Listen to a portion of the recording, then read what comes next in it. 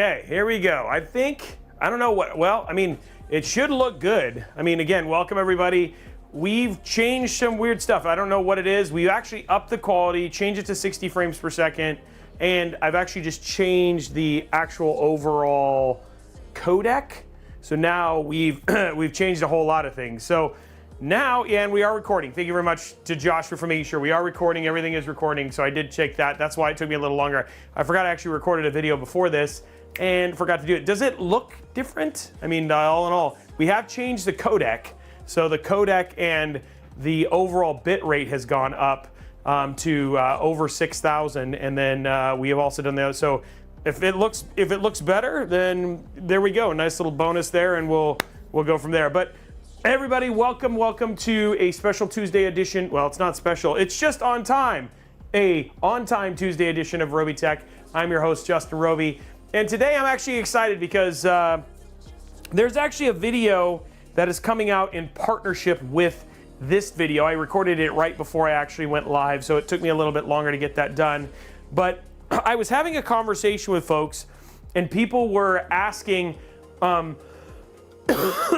specifically around the 9800X3D, well, can you do like a budget-conscious version of a brand new CPU? And a lot of times when people started, having these discussions, people were like, when they think about a 9800X3D, minus the fact that the cheapest you can get one on Amazon and Newegg right now is like $600, so they're a little overpriced. But the point is that when people think about these CPUs, they feel like they have to spend a mint on a system. And so I've got two videos I'm working on. One was we did a PC part picking kind of challenge around this to try and make a nice budget conscious version of this build, which I was actually pretty close with what I had on hand.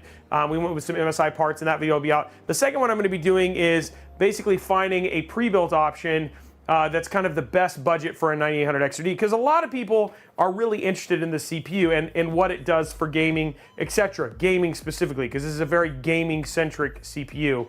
But at the same time, they just feel like they have to spend a lot of money, and that's not necessarily true. So anyway, I just want to sit there. Today's build is more of a budget conscious. We're going to talk a little bit about what that looks like and all that sort of stuff, because you do not need to spend a mint to make a really good system for the 9800X3D. But before I do that, huge shout out to all you guys for being a massive supporters. Raster Blaster, Faith Makes Away, Igor again, freaking 20 months at tier 3, by the way, which is huge, with a total of 41 months total. Kurosaki, STX3D, ST Figment, BMOC, Wimpmaster, is it Wimpmeister? We got the Fifth Lament, 071 Gotti, Arcane 50. You guys, thank you so much for all of the support, for supporting for so long.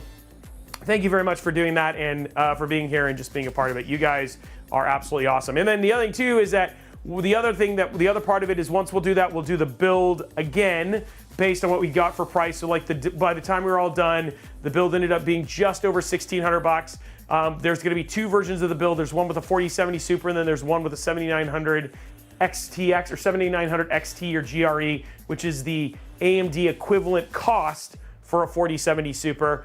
And so we'll talk. We're going to just show you what the different, how those perform from a rasterization standpoint and all that sort of stuff. And then what we're going to do is we're actually going to have BMOC come out. More than likely, we're going to switch from the cooler we're using in that build to something like an Arctic Liquid Freezer 3, and then we'll do some overclocking and stuff like that. So the hope is to do that sometime in mid-December and all that sort of stuff. But the build will be before then, and so it's going to be kind of a multi-part series from there. We've got the new kind of recording setup for that stuff too, so it should be fun. Yeah, so that's kind of what's going on. Joshua Wood dropping 10 gifted subs. Bane also dropping off a sub for 16 months. Thank you very much for both of those things, guys. You guys are absolutely incredible. Tier 4. Wait, is there even a tier 4? I don't even know if there is a tier 4. But we're at level 5 hype train. That's crazy. Anyway, sorry, I still am getting rid of the crud that's inside of my throat and all that sort of jazz as well. But good, I'm welcome. Super excited to have you here. Huge shout out to AMD for sending me so many 9800X3Ds to be able to do as many builds as you guys want. Now, a couple things I want to get on your calendar in terms of preparation here. We are back tomorrow for Intel Live, where we're going to be doing a really awesome, showing off a brand new Lunar Lake laptop. So that's going to be the focus for the next one. The other thing too is that we're also going to be back on Friday giving away a beautiful Core i7 Black Friday celebration build in partnership as part of Mod Workshop. We're then back on Saturday doing a BTF build in the brand new Be Quiet Light base.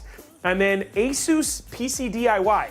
We're going to be celebrating ASUS PC DIY Day. That's going to be on December 3rd. We're going to have JJ here. We're going to be doing a brand new build in a brand new case from the folks over at ASUS. We're going to be showing off some new stuff from them as well and celebrating PC DIY at the same time. Then I'm off to New York, guys. Going to go be doing some stuff, some pre-CES stuff. And then we'll be back for more streams. And then we'll be having budget build and all that sort of stuff as well. Shockwave, resubscribe for 15 months, says, wow, time flies. 16 months of awesome builds and chill times. Thank you for the great videos, Robey, and hope you feel better soon. So yeah, just want to make sure you set your calendars. Budget build will be next week on Tuesday. Then we have PC DIY Day. We're going to be doing a really, really special thing, showcasing you some stuff there with ASUS. We have a PC giveaway on Friday, so make sure you turn in for that as well. So 2 PCs being given away in the next 7 days. And then happy Thanksgiving to you too as well, Berg Breezer. Anything else that I missed? Layover in Detroit. No, I'm flying direct to JFK. So I fly direct to JFK. Yeah, so I'm literally there for less than 24 hours. It's gonna be kind of brutal, but I am excited. I'm hoping that there's gonna be snow, hoping to get some nice dinner and stuff like that. I love New York at Christmas time. Absolutely beautiful city. So I'm hoping at least I'll get a chance to check that out and stuff. I didn't book it. Somebody else booked it. I didn't even book my own flight. You guys are all getting mad. I wish I could watch him play as a Robey. I'm a huge fan of Harry Potter and the Cursed Child. I saw that live on Broadway. Last time I was there, it was absolutely a phenomenal show. And we saw Hamilton as well. So oh, no snow, dude. Lots of rain. Okay, well, thanks for killing it for me, Cappy. Snow next weekend, though, when I'm not there. So, but anyway, pretty excited. Let's talk about what we're putting inside of this today because we are doing a brand new case, guys. This is the Lian Lancool 207. It is sub 90 bucks. It's like $100, right? Isn't that what the price is, Tom? It's just at $100. It's got a built-in 140 millimeter fan. It's got 3 other fans built in, which I might decide to replace. I got 3 fans just in case we decide to do it. I love this case because of what it is. It's micro ATX, but it's micro ATX in size, but ATX full on. And we're gonna do a really, really great build inside of it. A nice budget, $1,600 and something $1,600 and something 9800X 3D build. The other thing too that I'm actually really stoked about this as well is that I'm also going to give you a price if you wanted to go up to a 4070 Ti Super, 4080 Super. You could still follow along with this with no problem, and then all you got to do is switch out the actual GPU if you wanted to. So, and I think the 4080 Super version is what, $2,200, and then the 4070 Ti version is just at $1,800 or something like that. So, I don't think it's luxury budget build. Our Axis, we're not putting any cable extensions in it. We did air cooler. Really what it was, it's an ASUS tough motherboard, tough GPU. So I don't think it's luxury. I think it really is. If you wanted to, you could probably save maybe $100 if you wanted to go to the so the difference, okay, let's just go through the parts and we'll start from there. And then don't forget, guys, 250 likes and we'll go from there. And I'd love to get your guys' opinion on this because, you know, this is the same thing we're doing in the video. So kicking it off for the CPU, we're using the AMD Ryzen 7 9800X 3D. Pretty much the hottest CPU on the planet right now. Impossible to get, sells out all the time. Really, really, really good CPU. And like probably the one that's got everybody excited because it's actually a good CPU. We're gonna be using a 2 terabyte Samsung 980 Pro.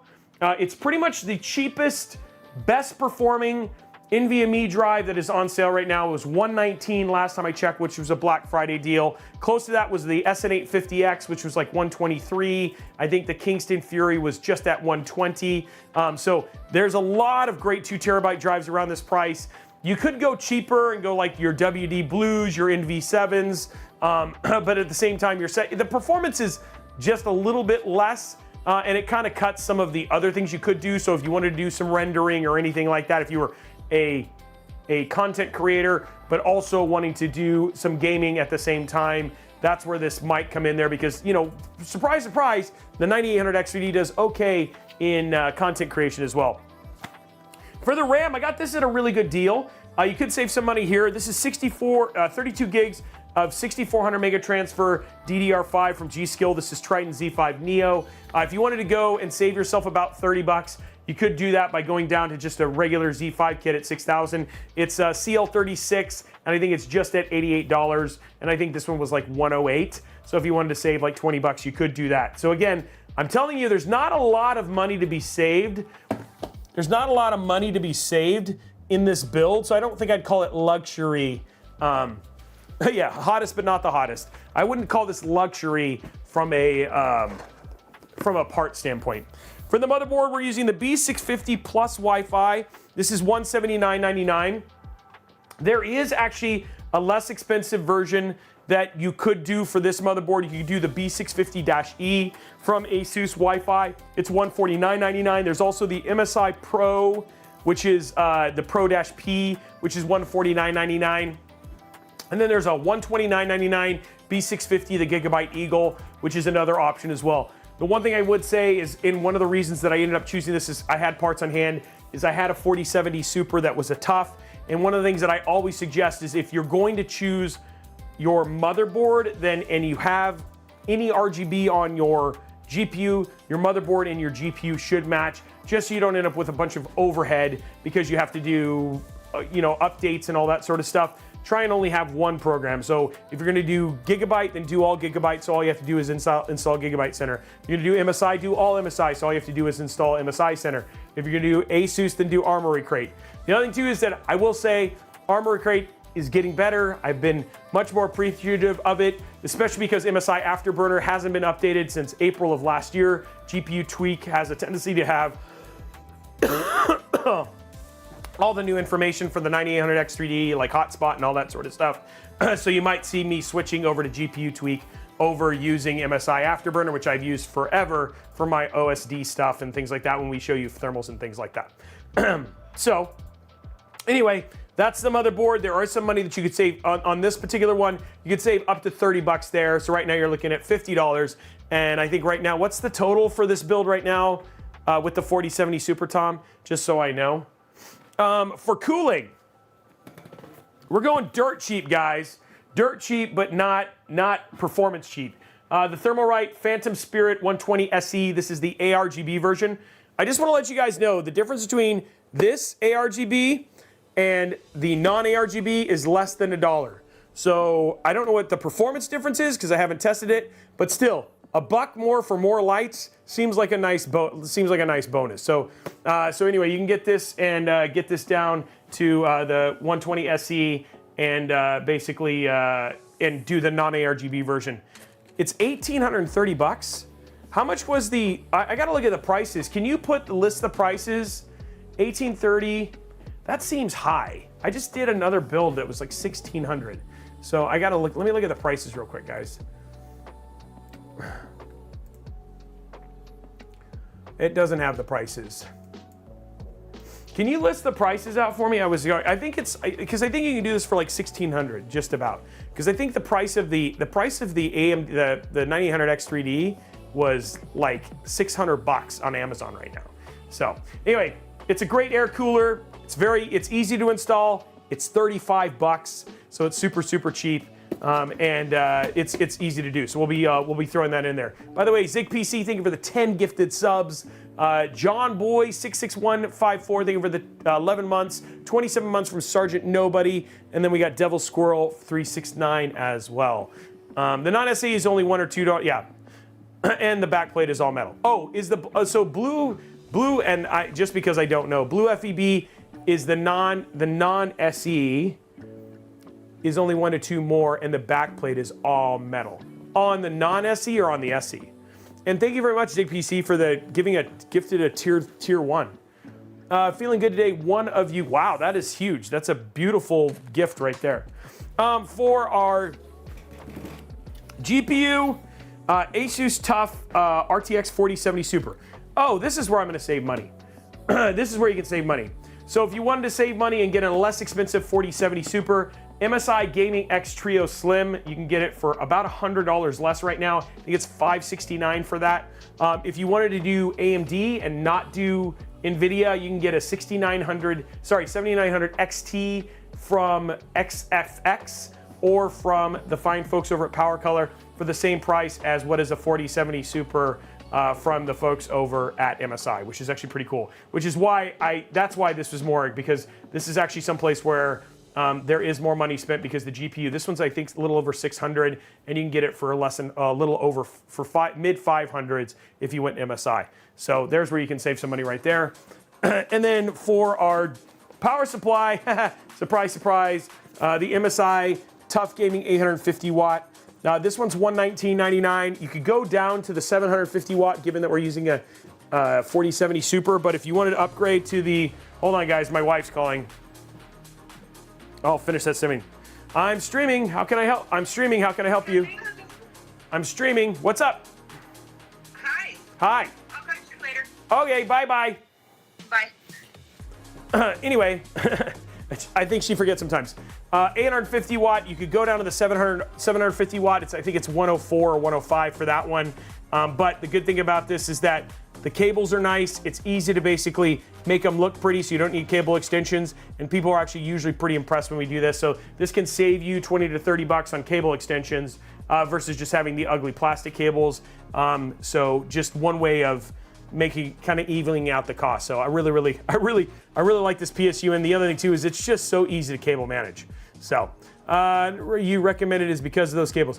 I know the PSU, but yes, that is it. Because frankly, honestly, it just makes such a big difference in terms of the build experience. So anyway, guys, these are the parts that we're putting inside of this build today, coming out at just a little over 1,800 bucks. If you wanted to go all MSI, you could get that down to a little bit over 1,600 bucks, but still pretty cost-conscious 9800X3D, and it's going to be quite a bit of powerhouse. And then you could go up to 4070 Ti, 4080 Super. You could do 7900, 7900 XTX if you wanted to go the AMD route. And then, of course, this is going to be ready for the 50 series, which is supposed to be announced in January. So should be a fun build, and hopefully you guys got all that. What do you guys think? Any thoughts on the parts I put in here? Anything that you guys would disagree with? Love to get your insights. And then I have, just so you guys know, I have RGB fans I could replace in here if I go all RGB. These are from Thermalright as well. They were 30 bucks for 3 fans. So we got some RGB fans if we decide to go through that. Going from there. Oh, Seasonic. Yeah, the other one too, ZigPC. Did you see that Seasonic has that new Noctua? The new Noctua PSU, which is pretty cool. I prefer Gigabyte Aorus, which is a great preference. And again, I will tell you this, AORGit, one thing I will say about the Eagle, the Aorus stuff is you can do, especially on the Gigabyte side, you could save some money on both the motherboard and the GPU because their Eagle is $129.99, and I'd have no issue with that itself.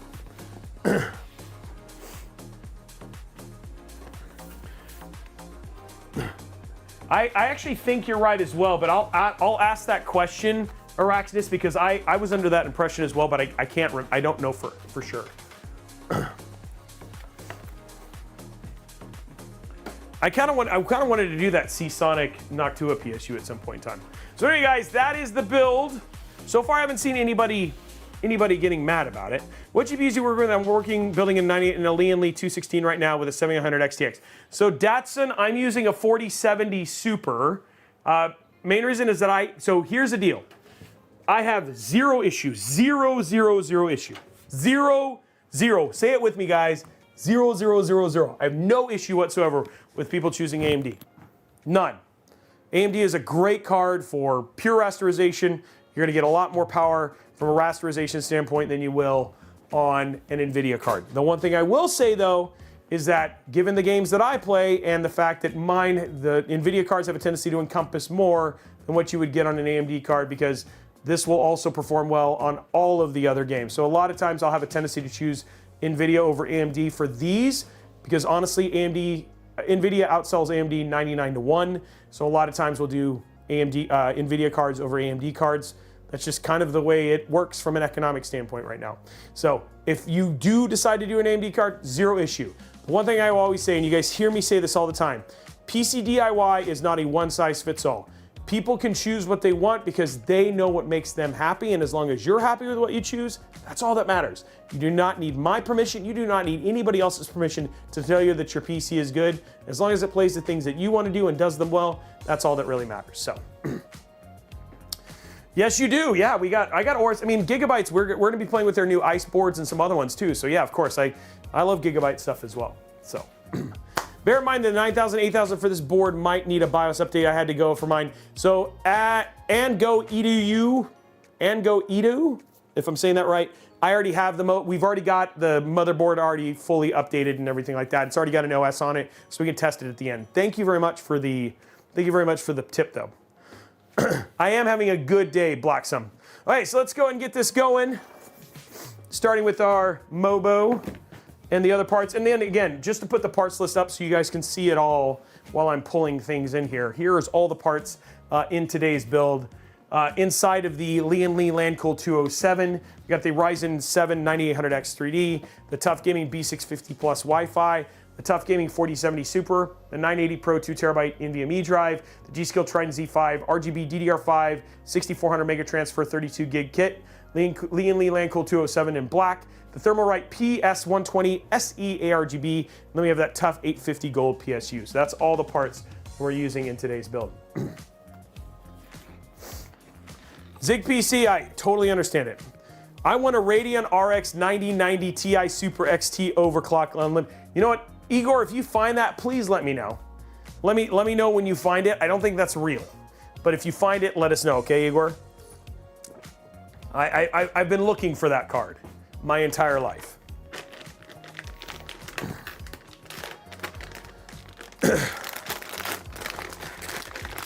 So, epic build. Thank you, Muffin Man. Blue, I like it. I like how you're teasing and you're playing along with him. He's got his Ryzen 4070. That's not a real card. What's up, Dorian? How are you, man? It's good to see you. Okay, so we got that part going. I'm gonna go ahead and take out our air cooler. It's been a while since I've used one of these, guys. It's been a while. Okay, here we go. Boom, boom, boom. Top down.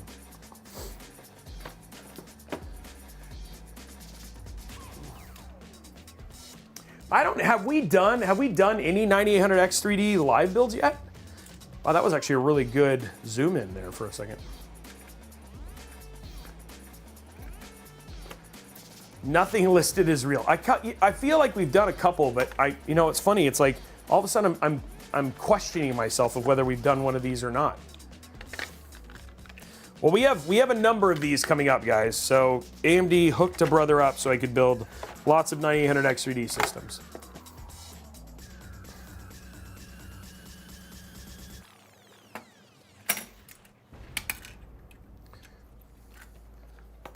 They want to make sure that I can show all of them. We got some Core Ultra systems coming up as well, so it's not just AMD systems too. We got the other ones too. Don't worry. I love my Blue brothers as well. But it's fun to have a chip that everybody loves, right? It has honestly been a bit since people have been excited about tech. Gaming with AMD. Can I get your AMD contact? Fortunately, you have to have the numbers to go with it, Ant-Man. That's the way it works. Just give them to everybody, unfortunately. My main gaming rig has moved to a 9800X 3D system.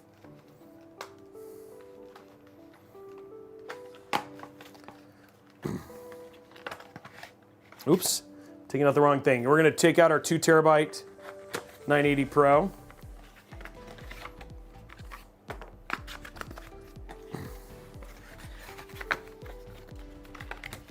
I'm excited about this case too, right? It's always fun. One thing I like about me getting to do this is that I get to try so many different cases. It's not just playing with the same hardware over and over again. We get to play with all the new PC cases and all that stuff too. And even the case that we're showing next week, the one from the folks over at ASUS, like that case isn't even out yet. You got to be the first people to build it. There we go. Okay, so there's our NVMe in. Pretty straightforward. Let's get our clicks ready. Blondie's feeling confident.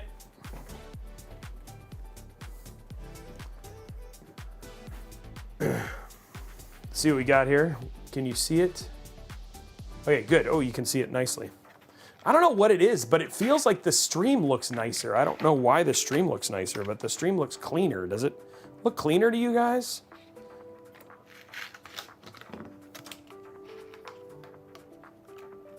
Araxinus, I'm still actually quite excited about the Core Ultras.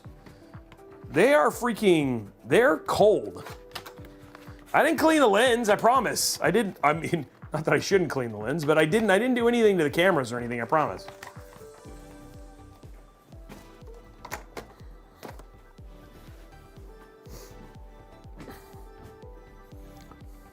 It just feels weird. Okay, here we go, guys. 98, she says. Triton Z5, ready to go. 95.8 on the first one, 95.8. You have to wipe your system when you upgrade. Hyoku Mayasha. No, it's a brand new, built from the ground up system. So it wasn't, it was wiped for me. That makes sense. Here we go, 3, 2, 1. 94, neither one of those, guys. Sorry, it was not a good click today. Not 98.5, 95.8. Want to tease you. You shouldn't have to wipe your system, Hyoku. If you use, there's actually an app that I have a video on that shows you how to prep your system to just remove all your chipset drivers and stuff like that. We could get a link to that video and send it to you. And then all you have to do is follow that, and you should be absolutely fine. You do not need to wipe your system when you upgrade your CPU. If you are upgrading within the same, family like AMD, it's even less of an issue. Yeah, DDU, thank you. Landsworth, my mind is, I still got the cold, so it's not quite there right now, so I have a hard time recalling. I'm also trying to say and a lot less, and so you'll see me pause until the right words come to make sure that I try not to say that as much, so.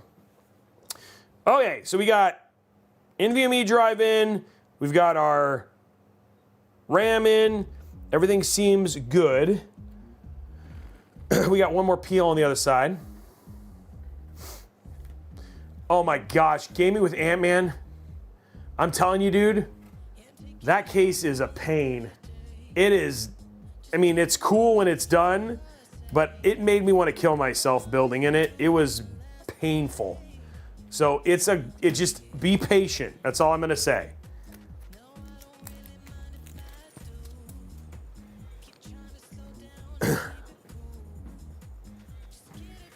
All right, so we got that now. Let's get our,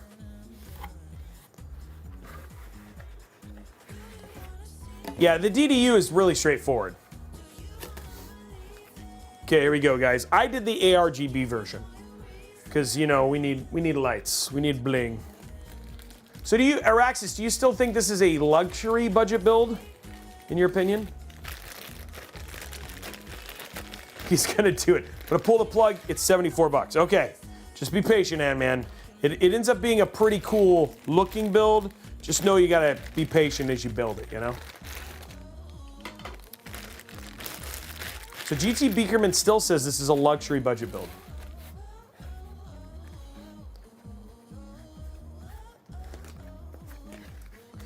Maybe when you say non-luxury, you're talking about you're buying the absolute minimum because you can.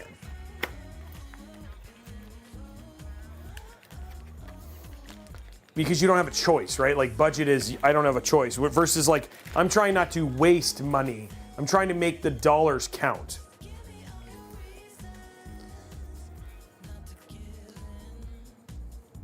Because I didn't try to waste money, if that makes sense, right? I didn't spend money frivolously. I feel okay with spending $1 for RGB, you know?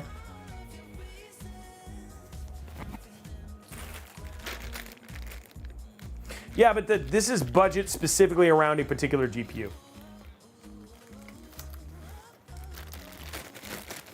Oh yeah, I know, and that's the thing. With what we're getting for the same amount of, for what you're getting for power, we didn't waste money on things, you know? Yeah.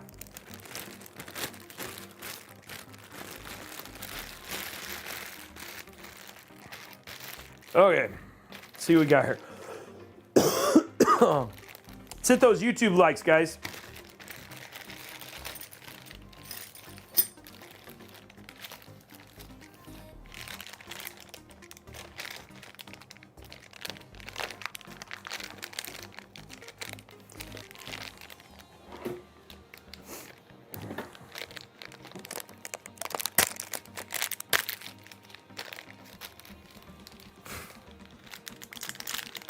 Joshua Wood, not yet. We're finding out about where he's at, yeah.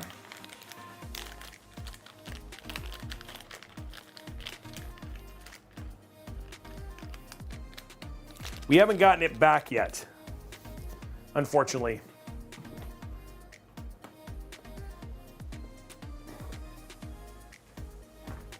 He is, I just care that he's fixed. He got pretty busticated.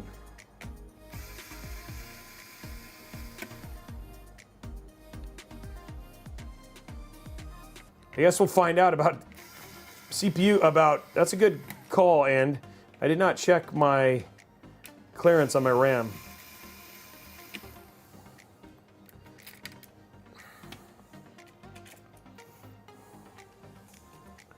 Guess we're gonna find out, won't we?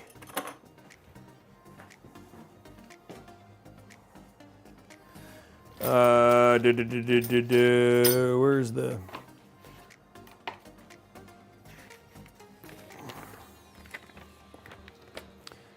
AMD.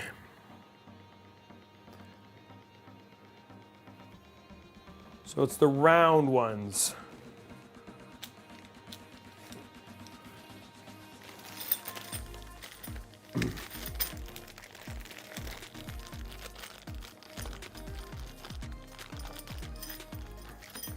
To save money over time, I paid for a premium case in PSU than over 60. That makes a lot of sense, Kurosaki.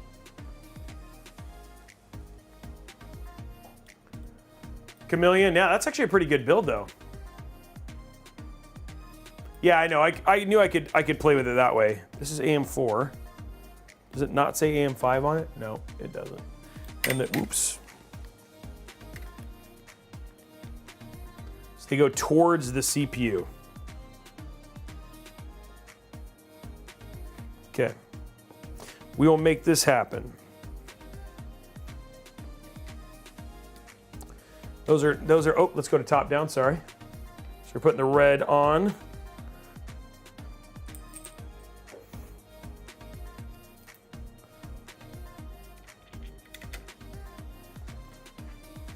Zoom in a bit. But FYI, we can't use the Fantex parts that they sent along for the showcase. It's a black AIO and a black set of fans. Oh, okay. They sent us a white case. Okay.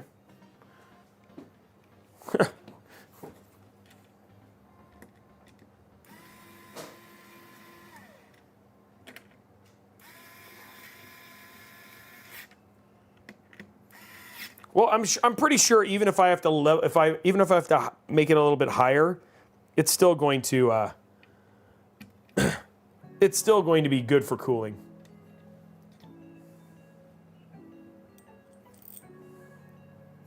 By the way, guys, we do have some 4090 systems that we're going to be selling here for ridiculously low prices, like not like we're showcase like in the G-Skill and some other ones that I'm just trying to get to some good homes for good prices. So pay attention. We'll probably put them on Discord first and then go from there. And if not, they'll just go on eBay.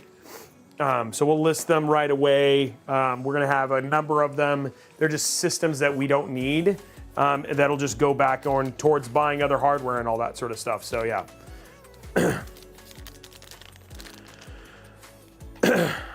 Hey, Clark, thank you very much for the 10 gifted subs. Appreciate you, my man.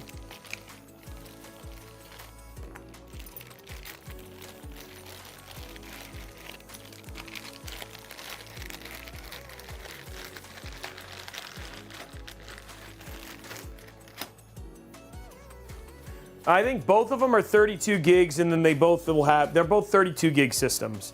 So they're going to be showcased. They're going to be nice looking builds, but we're not going to be charging a ton for them. So they'll definitely be below MSRP plus tax. They should be up in the next couple weeks. So hopefully good Christmas gifts for people. For themselves.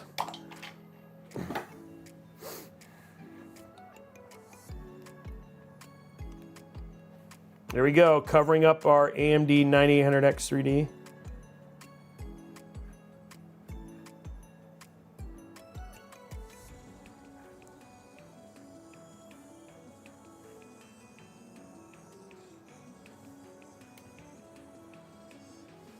There we go.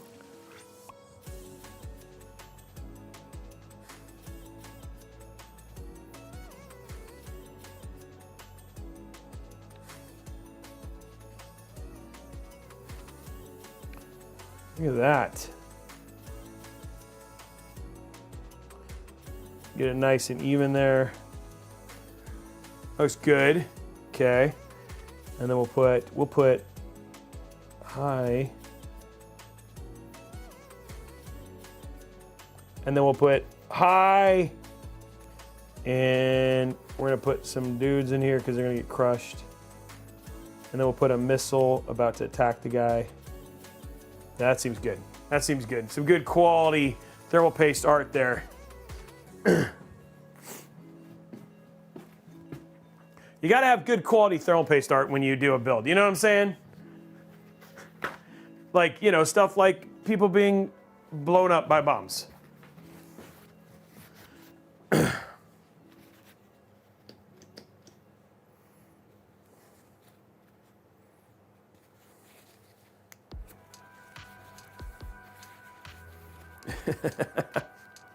Maybe he doesn't know it's going to end, you know?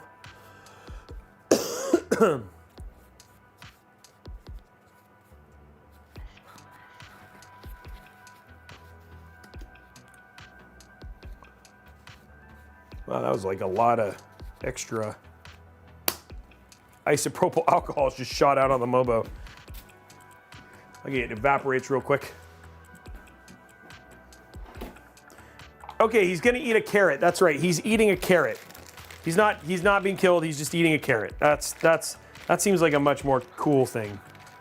What are you doing? He's eating a carrot, guys.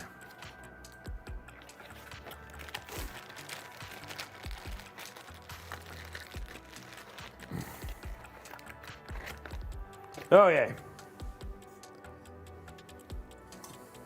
By the way, I'm gonna remember the peel down here.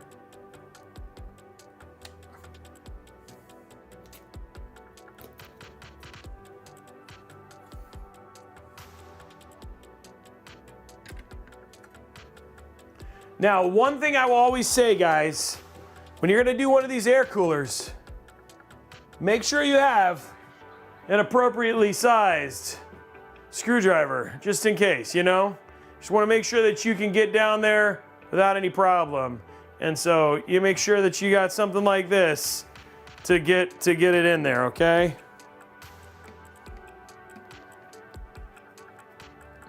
That way you can make sure you get lots of room there.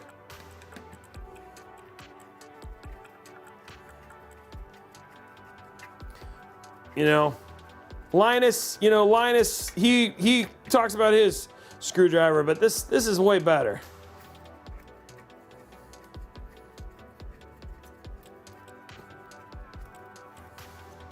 Know what I'm saying? Just got to make sure. I'm not compensating for anything. Making sure that you can get in there. Just saying, no issues here in terms of access.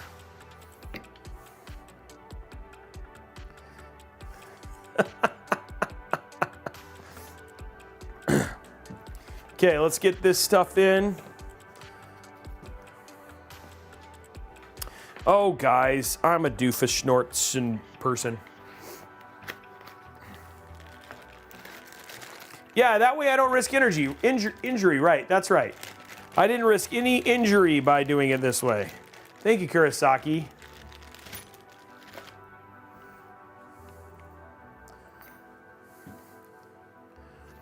Okay.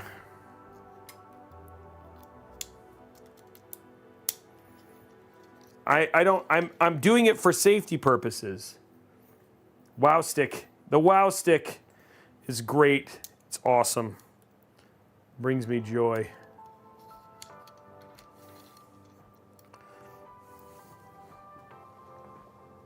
Okay, here we go. Let's go to side view here. Just gonna get this set up in here. Oh.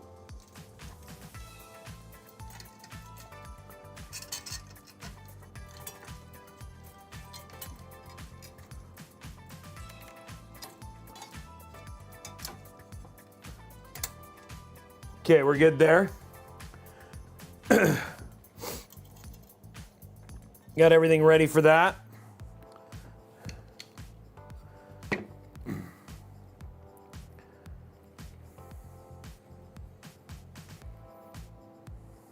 I don't even know. I guess you don't really need RGB RAM because your RGB RAM is going to be covered by the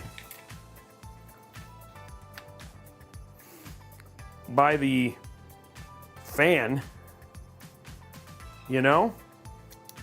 So I guess using RGB RAM may not be worth it. There's a beautiful $60 kit of DDR5 with CL30, 6,000 mega transfer. So you could save some money there and not. I just feel like now I'm wasting money on this DDR5 kit. Okay, we're gonna have to definitely be up a little bit, but it's still hitting you see that's how it's made, but there you go. So you got a little bit of a height thing there. So you could do some lower, given that you're covering, you still get a little bit, so maybe it's fine. I don't know, it's up to you, but you're still covering the majority of if you look at the side plate here, I'll show you from our front here. So you can actually see how they've made their cooler. Oh, if I put it in the right place. You can actually see how they made their cooler, is that they have this offset. So what you really want to make sure is the fan is actually blowing for the majority of the fins, including the fins that are right up against for heat dissipation. So even though it's elevated like it is, it's still getting good cooling capacity. So you wouldn't notice a difference versus if you had it lower. So just wanted to bring that as an FYI. Okay, and then one thing we're gonna do now is we're gonna make sure that our stuff is all hidden.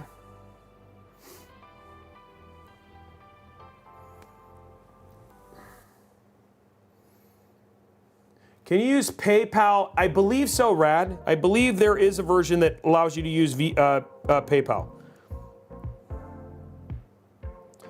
I remember being able to do it. So I believe so, yes.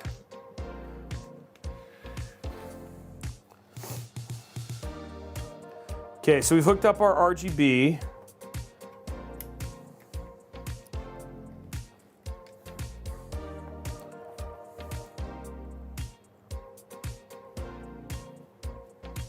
There we go. Gonna hook up our CPU fan, which is right, if you look at the top down, right up here, right literally trying to show it to you here. So it's right there. You'll see me plug it in, it's light gray.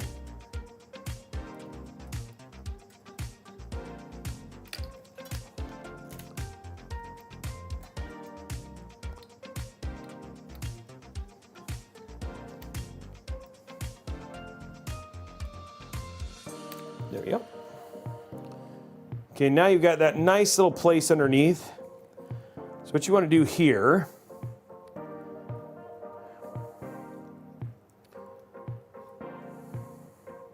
I'm gonna disconnect this because I got all the wound up in here.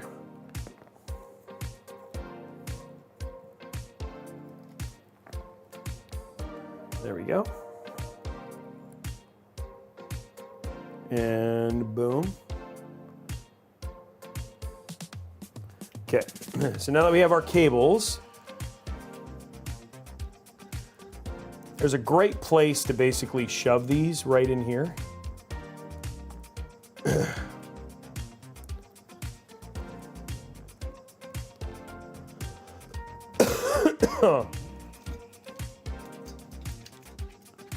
They've got this, what's called the Thermalright pocket right in there.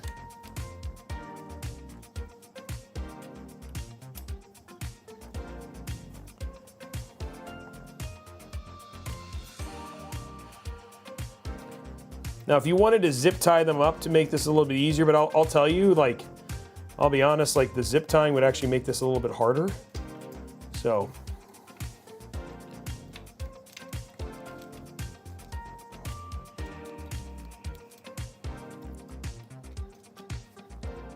There we go.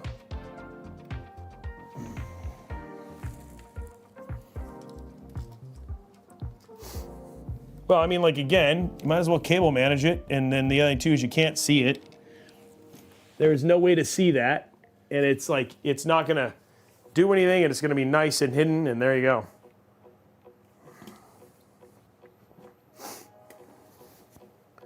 Hey, you're welcome, Tie-Dye. Glad I could help, man. So there you go. Ooh.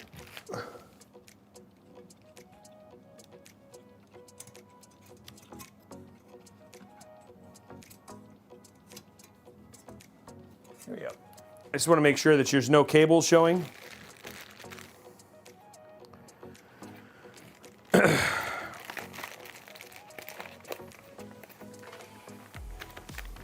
Okay.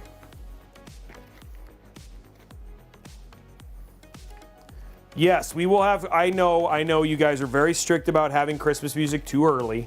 So I've been listening to Christmas music for a long time, but I will make sure that we play Christmas music on Saturday after Thanksgiving. And there we go. Now it's nice and clean. Can't really see anything. We got RGB here and our other fan right there, and we're good and easy peasy lemon squeezy, guys. Okay, so now that's done. Get that out of the way.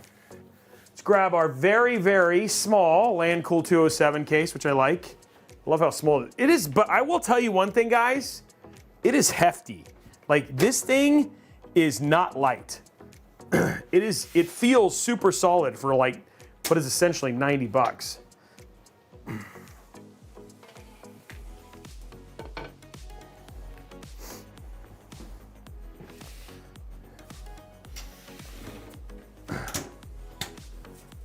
Yeah, the case itself is really nice. The PSU goes in kind of a weird spot.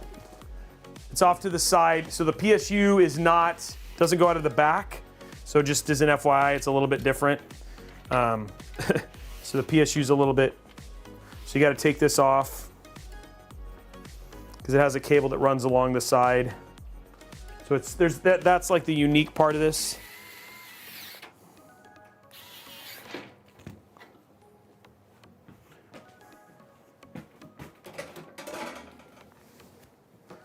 So you can see here on the side,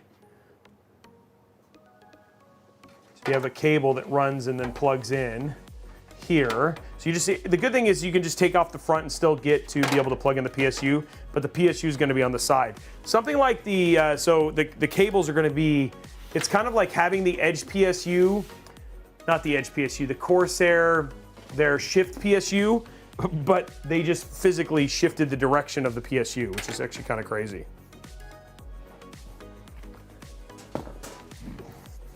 But even after all this, right, like even with this whole thing stripped, it's still very hefty. So you have all of this place to kind of do your cable management, but your PSU is going to go right here, which is kind of strange.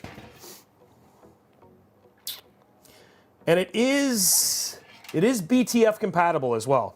So you can do a BTF build. Now, one thing I am going to do, just because I'm not a monster, is we're going to go to RGB fans. So we're going to replace these non-RGB fans with RGB, just to give it a little bit more showcasey.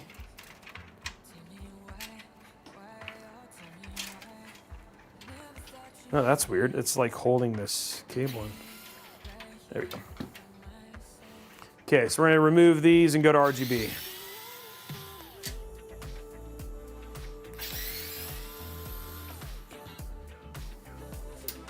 Yeah, I would not use a Shift PSU on this, no, because of how the case is. This is like anti-shift PSU.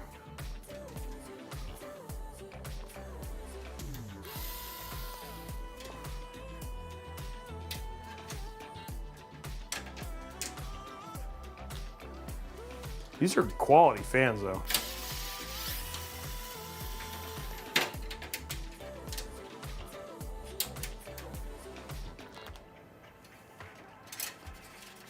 There we go.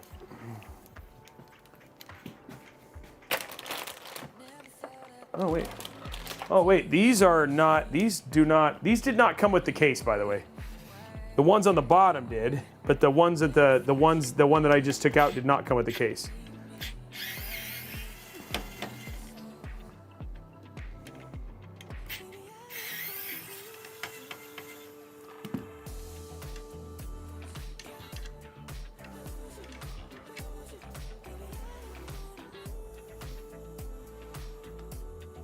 Hey, Falcon Northwest is here. Whoa, and he dropped 10 gifted subs.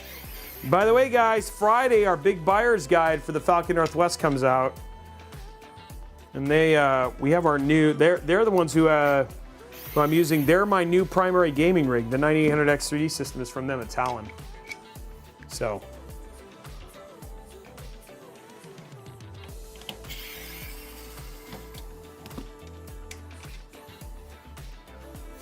So I'm just removing the stuff.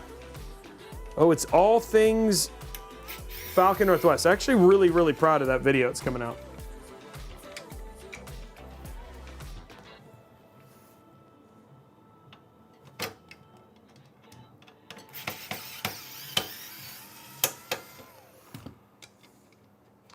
I'm surprised at how thick this case is for 90 bucks.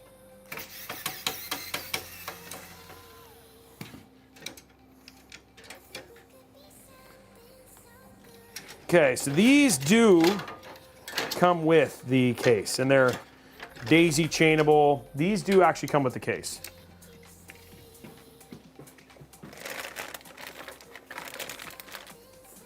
We're going to use our Thermalright ones. Get some RGB up in this business.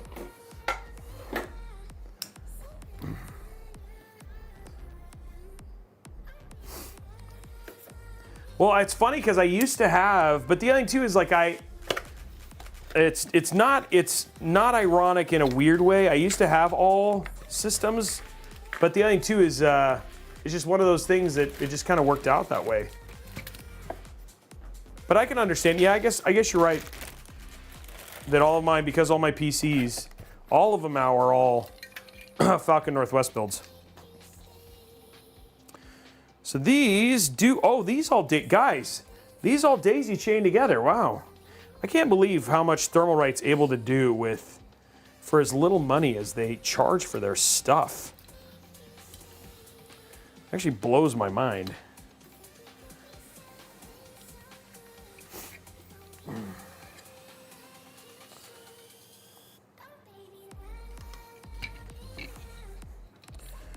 So I mean, if it was short enough, it looks like the best thing to do is just do it underneath.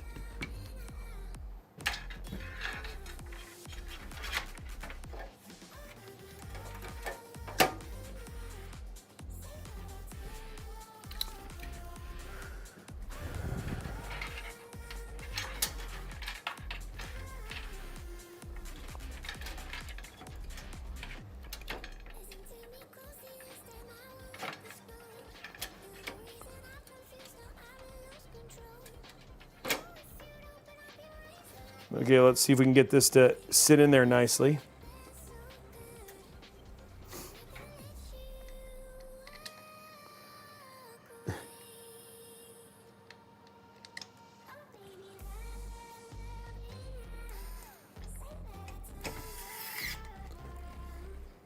Okay. Just getting these in.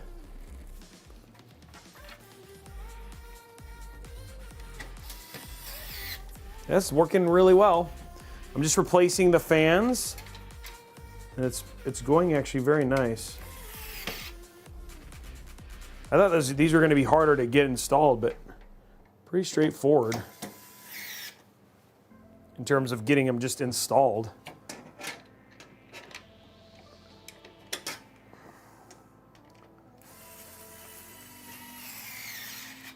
There we go. Wow. I'm pretty happy with this so far. How easy this has been.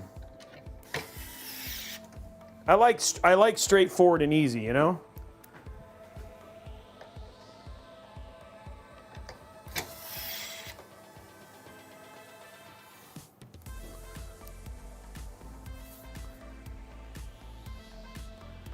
Yeah, me too, Sinkable.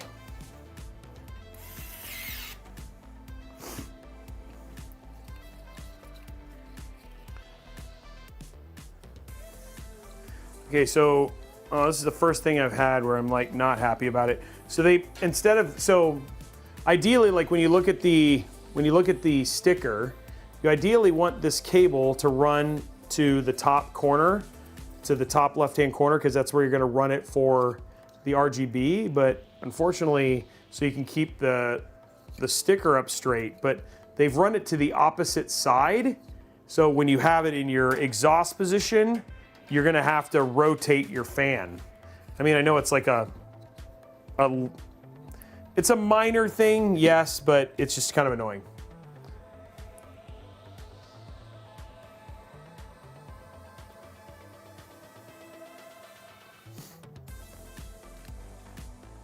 What was the question? What was the question, Joshua?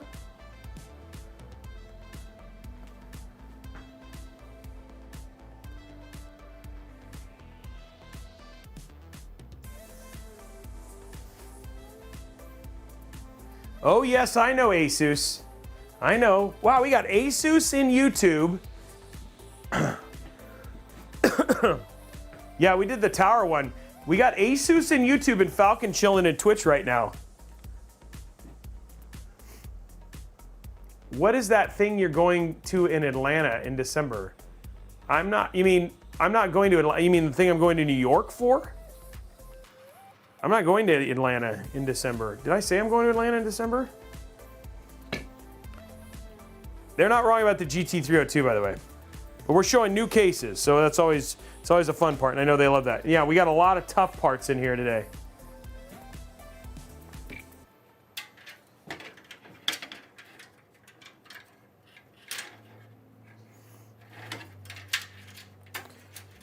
Yeah, we're just talking about budget and like just how this PC, like how we didn't waste any money because of the tough parts, which is good. And I love the PSU, you know that.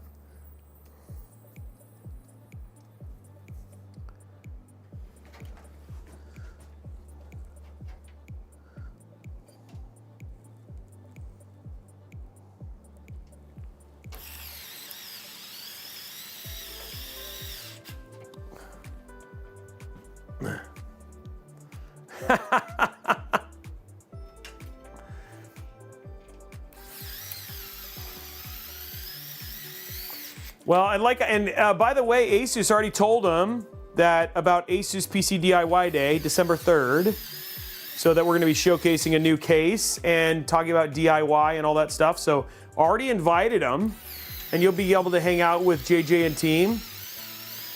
And obviously Falcon uses a lot of ASUS stuff in their builds. A lot. I'll definitely tell them that for you. Just so you know, ASUS, Falcon says all the cool kids are on Twitch. Which I don't know why Kelt's saying that. He's not cool. He's only a B student.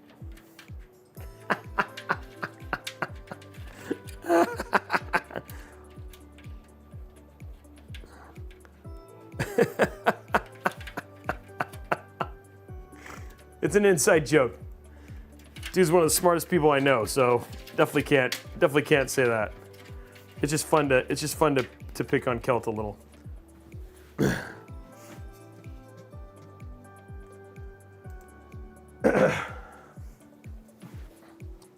Okay, so I run all that down, and if this is all gonna snap together, this is gonna make me very happy. So they did something interesting. what they did, guys, this is super, super interesting. Let me show you this. This is, never seen this in a case before. I don't know, maybe JJ or one of those guys have, but something they did was pretty crazy here. Let me show you guys this. It's gonna be hard to show you this. That is definitely true. Okay, so if you go here, what they did is they created a channel, but that channel is, you can stick cables inside of it, and then they're locked behind the back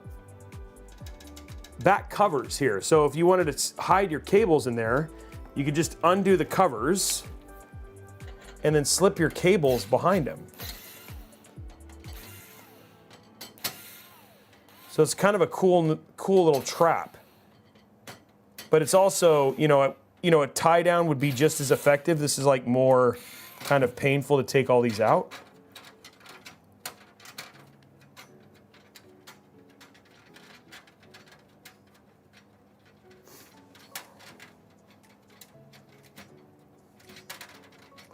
But now I have to like remove all these in order to get access to it. So I don't not entirely sure I'm bought in on the whole thing, but but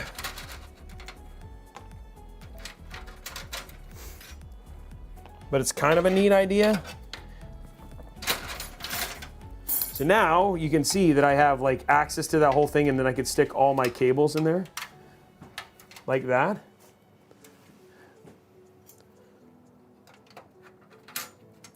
Then one of these would hold it in.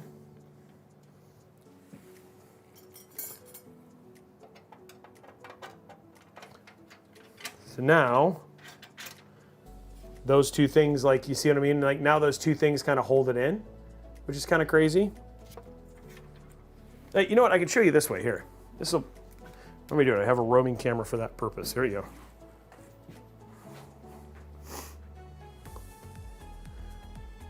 So here, you can see, and then when I remove this, the little thing, you can see you can move it out, and then you can put it back, and it'll trap cables down there. So especially if you zip them all the way in, which is actually kind of interesting. But at the same time, in order to get access to this, you literally have to remove all of these to be able to do that, which is actually kind of strange. So just something that, it's something I haven't seen in a case before, but at the same time, it's not exactly straightforward either. So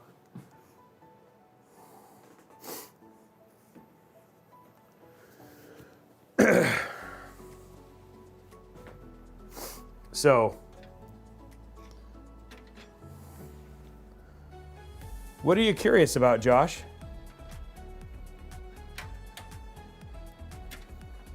I'm gonna lock two of these in just to hold the cables in.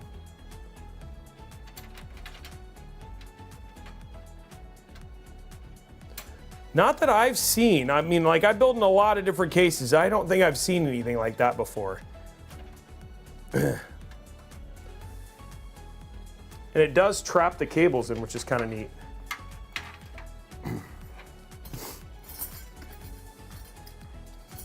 Okay, so we have all of our, and now, see, now all these cables, if you go to the top down, now all those cables are trapped back here because of those gates, which is kind of interesting. And then now I have these, I can now daisy chain to these other cables that I haven't used here.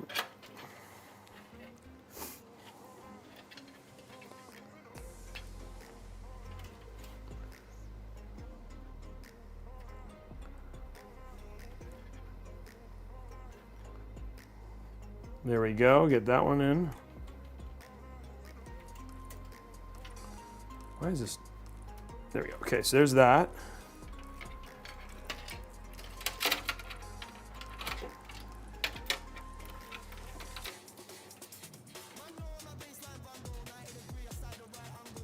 And this plugs into this. And now all of my RGB is daisy chained. Perfect. And then now I can do the same thing with these. except for I bent a cable, whole cable. Whoopsie.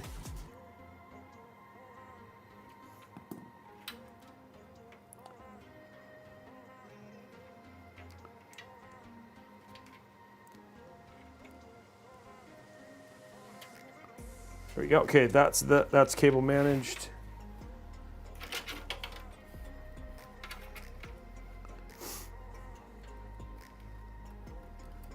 All right, cool. So now all of that stuff is all tied together. We haven't cable managed it yet, but we've got it to the point where it's like clean. And then I'll zip tie this all together here in a bit. But there you go. Now all those fans are in. So now we can put our thing in.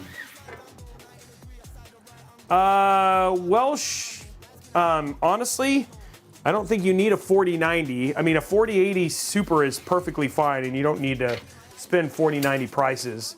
Though it depends on how much 4K gaming and what kind of games you want to play. So 4090s are great for things like super high res, Flight Sim 2024 and stuff like that, but not necessarily. They are a luxury for sure. So the 4080 Super is a great choice if you're depending on the games you're going to play.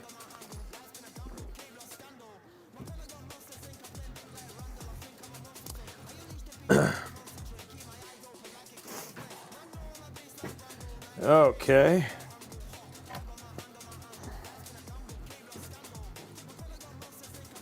Throw this in here.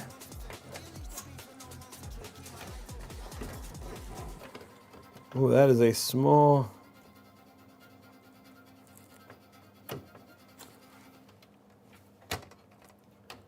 There we go.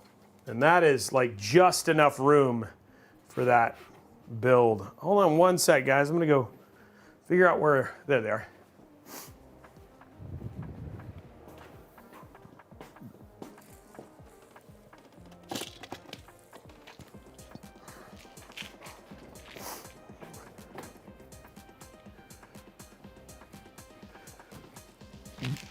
Okay.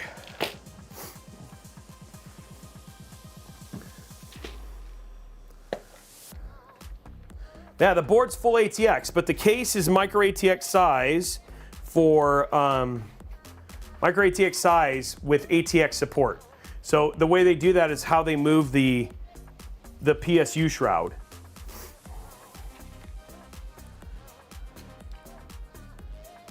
And this has been kind of a new thing, which I've actually really appreciated, is creativity in terms of making cases smaller but still supporting what is the majority of hardware, right?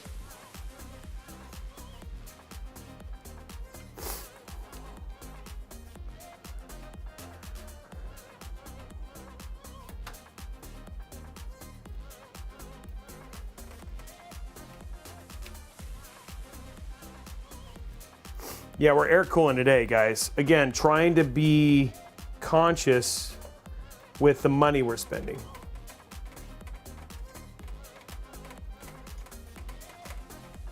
Maximizing performance dollars and not spending a ton of money on frivolity. Though I did spend $30 on RGB fans. You still would need another fan, so that's the only other thing. That's the only frivolity I've kind of spent on this build.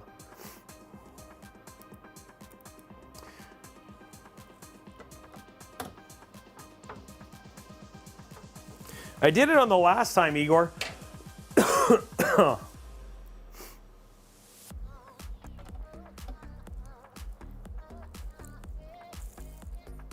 I should put this one down. I think a GPU is 2-slot.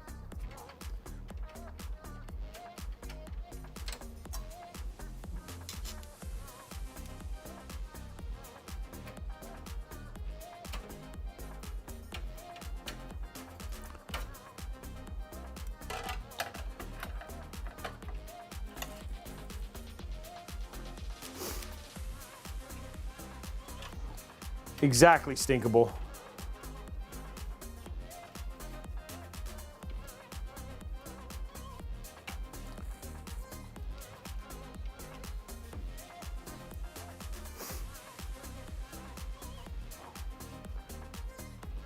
I think we've already done that. I mean, I have. I can do it. I can do it on a couple screws. Here we go.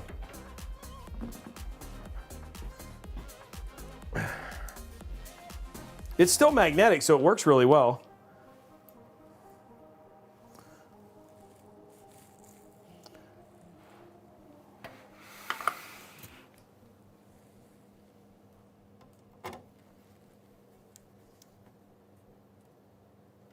Just so you guys know, you guys can just see what he's talking about.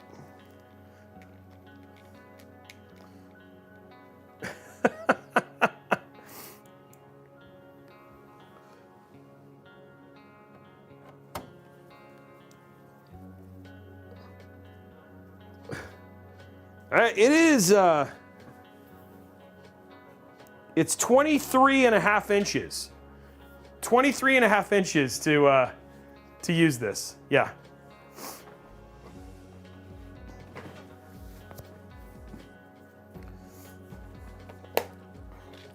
You got a lot of room. I think we might have to do SFF. Well, that'd be kind of fun to do an SFF build with that, for sure.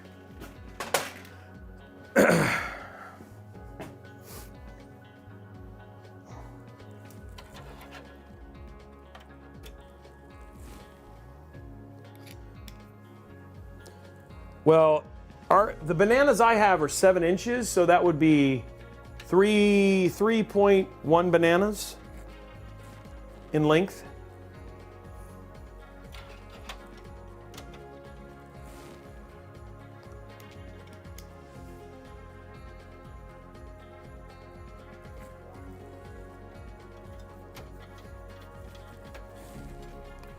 Wait a minute. What? Okay, I was like, wait, I only have 2 screws. That's why. Okay. Okay, guys, so now let's get our front panels hooked up.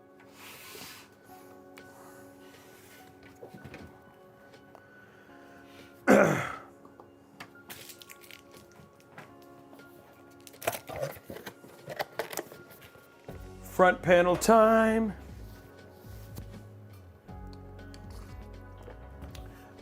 They want to know how many bananas, so we measure with, we have bananas for measurements. So we always carry bananas just for that reason. Because people need to know.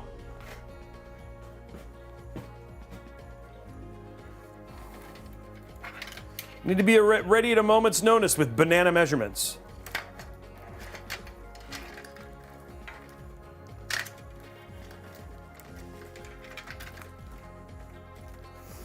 Okay, so first up, guys.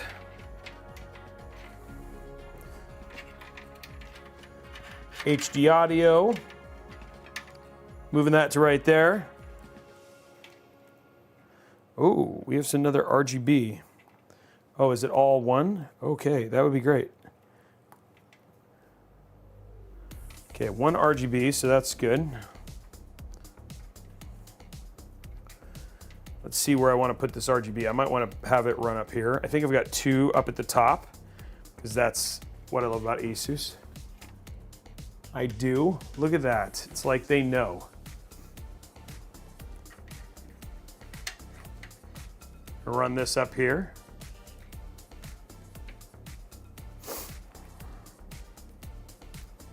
I think I've got 2.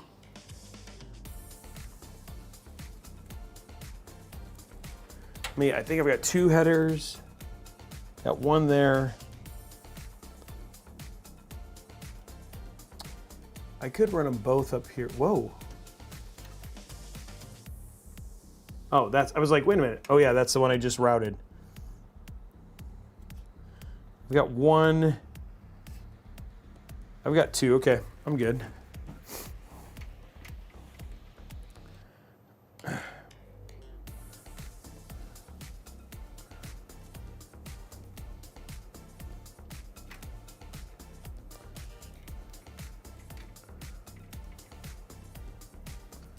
Okay, so we're gonna run 1 right here.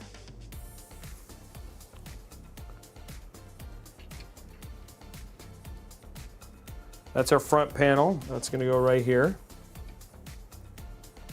Our fan header is also gonna go right here.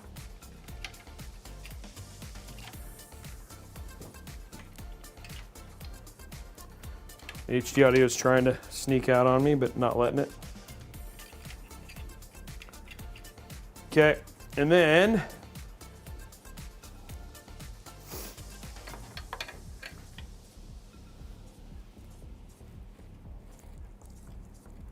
those are going to go right there.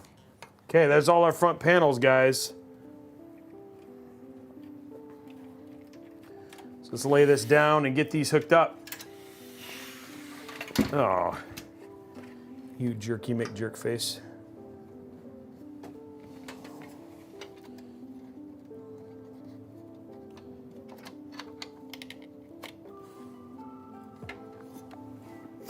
Okay, here we go.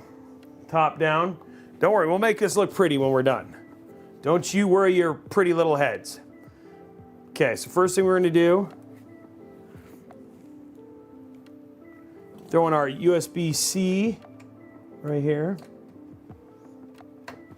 And our USB 3.2 right here.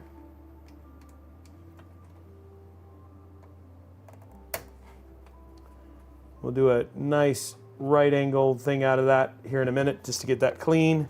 We could have come across, but I think this is just going to look better. Let's go down to the bottom now. Actually, we'll go up. We'll go up. Up here in the top right hand corner, this is our RGB for our front fans.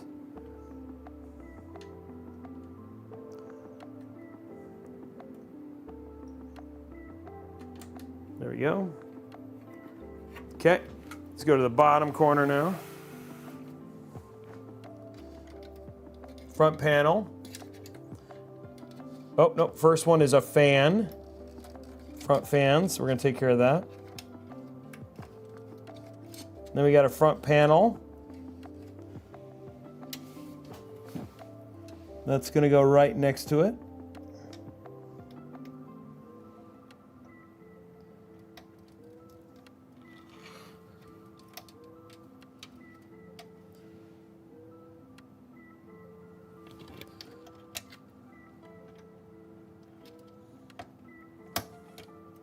There we go, front panels, sorry, blocking that with my giant head. Not useful. Okay, next cable is, this is the fans for the rear and the below the GPU.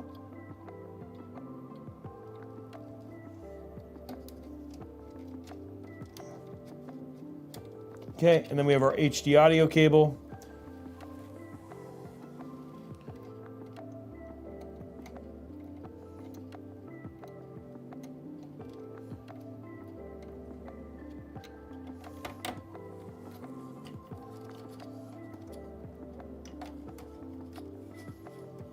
Okay, so now all of our front panel connectors are hooked up. So like I said, front panel, this is our fan, front 140s. This is all of these fans right here, all daisy chained. We have our HD audio right here in the top left. And then, like I said, we hooked up our USB-C, USB-C, USB 3.2, and we hooked up our top RGB for our top fans up here. So that's all of our cables. Now, let's make it look pretty.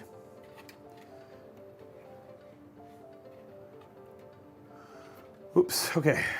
For us to do this correctly, I'm going to disconnect that one cable because it needs to get routed correctly.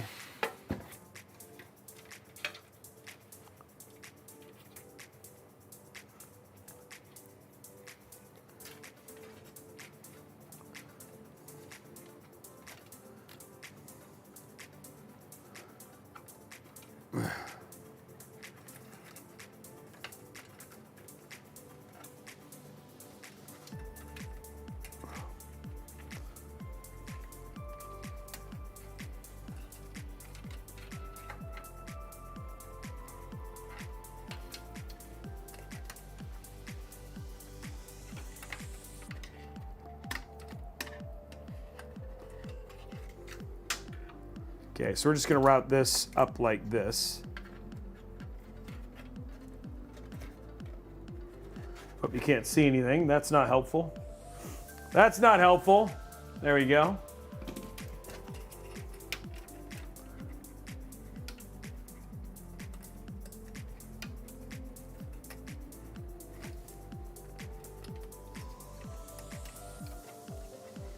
There we go.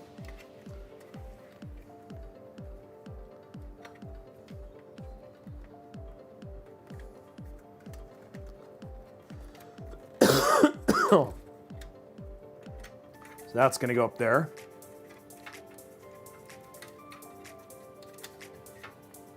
All right, so let's see what we can do to clean this little mess up that I've got down here.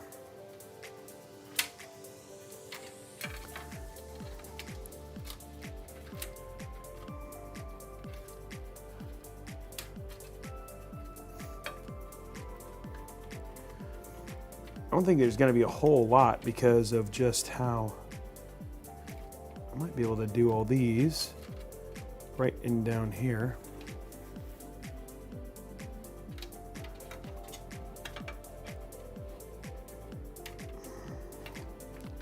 Just kind of get some what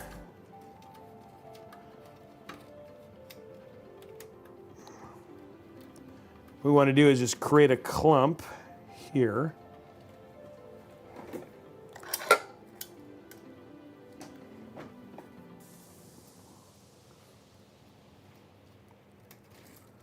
Down here at the bottom.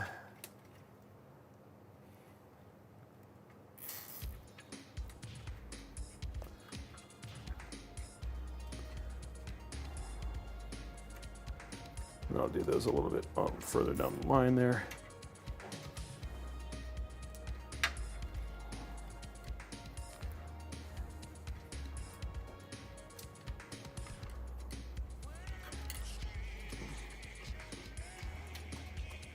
So what we're going to do right here is just basically create a nice big clean clump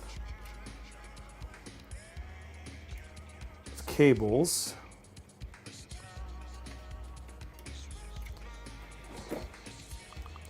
Keep it simple, keep it simple, keep it safe.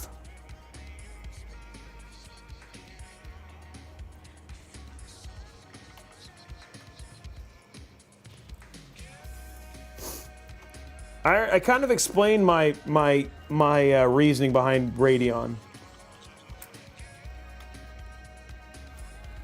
I have zero issues with people who use Radeon GPUs, none. Because again, it's up to you on what is going to work for you or not. The thing is that Radeon GPUs do not work. Let me put it this way. An NVIDIA GPU will work for anybody.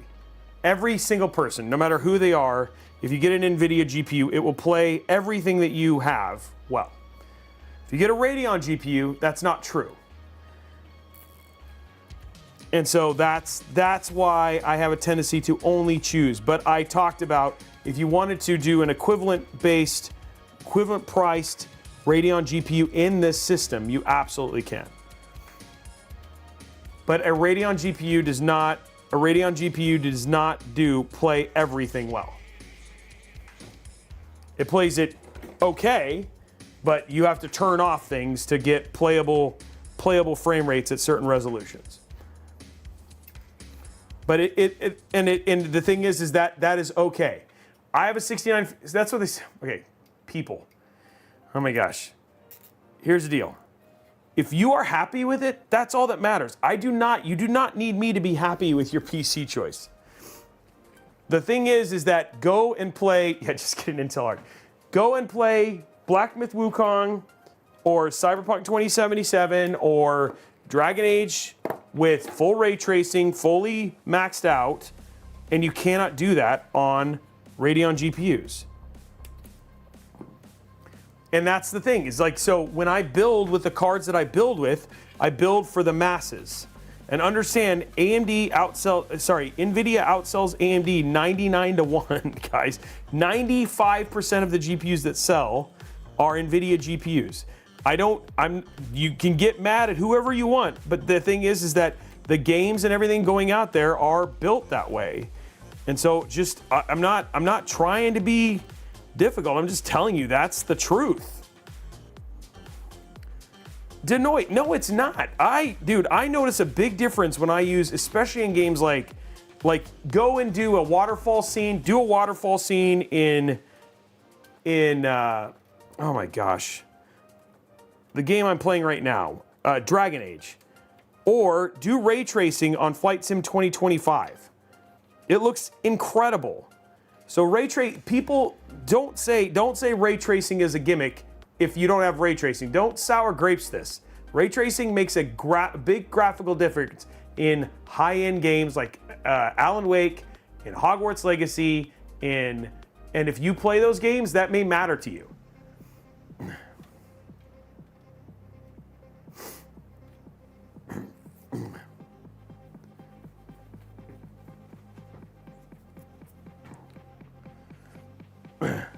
So that's the point I'm trying to make is like, I play with ray tracing all the time. And Dinetz, that is a totally you thing. Because the other thing too is some people don't like playing with RTX or with DLSS or all those sort of things. And that is totally why there is no one size fits all for GPUs or for PC builds. If you're happy, that's all that matters.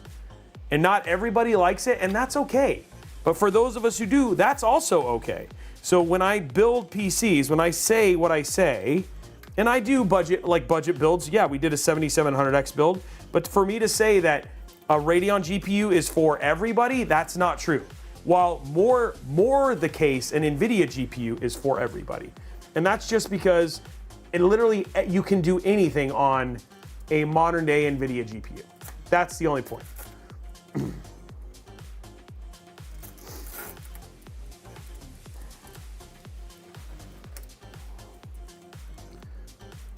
And the thing is that's not me making stuff up. That's just the truth.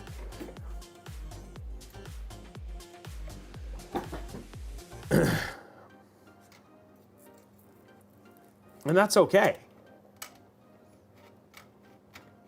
There is a reason that AMD essentially said they're not doing high-end cards anymore. And it sucks because we need them. But they made that choice.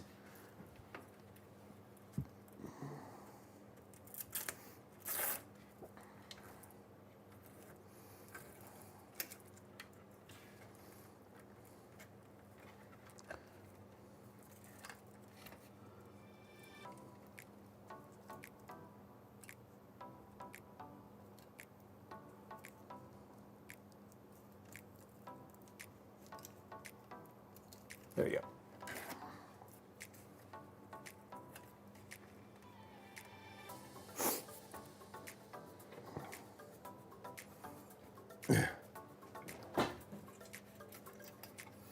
And that's the thing is like,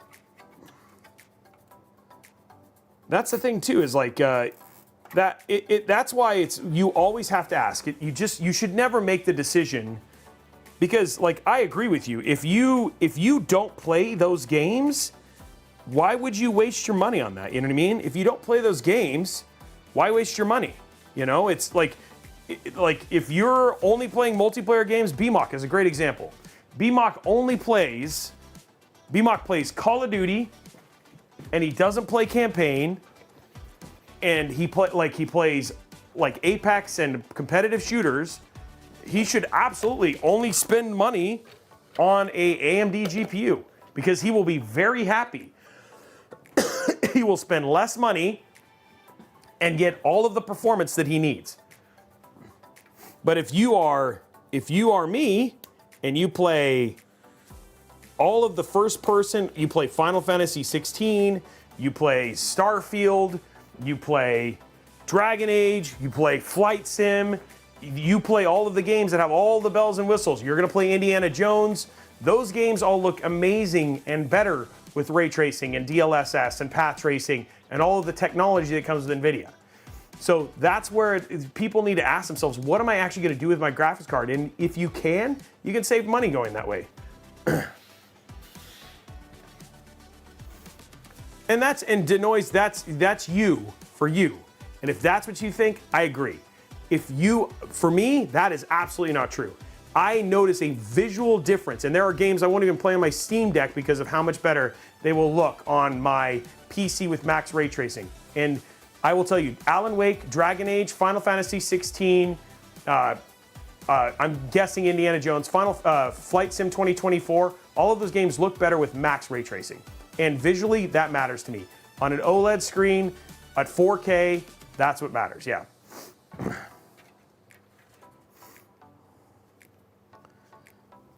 And that is the thing. Don't tell anybody they're wrong, because value means different things to different people. And that's why I show everybody everything. Because some people are like you. They're like, it doesn't matter. I see no difference. It's not important. Awesome. And that is completely okay. And I am down for that. I love that you're self-aware enough to know that you like that. Because some people are just sheep and they just buy what they like. Well, that's what everybody says I need to do.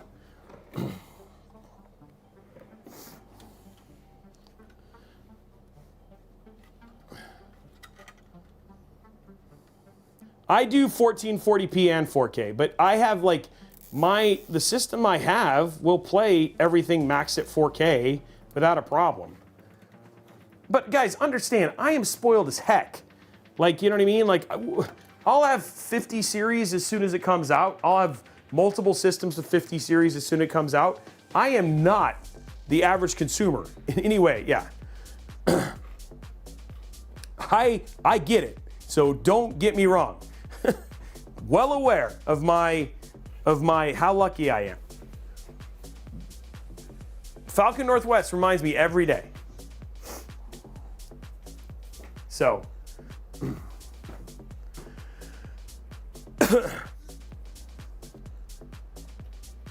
so people, that's the thing. You guys just need, I get to test it all, and I tell you, but that's why I always say, what you need to buy is up to you. You need to determine that for yourself, because what may work for you may not work for somebody else. And there are plenty of people like me, and there are plenty of people like you. And if you, like, for people who are AMD GPUs are gonna be more than good enough, and they should absolutely buy them and be happy with it. Yeah.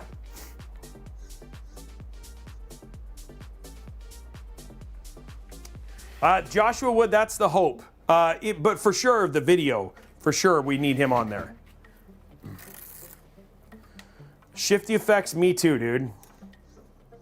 'Cause there's been lots of times when I need stuff and I can't get access to it.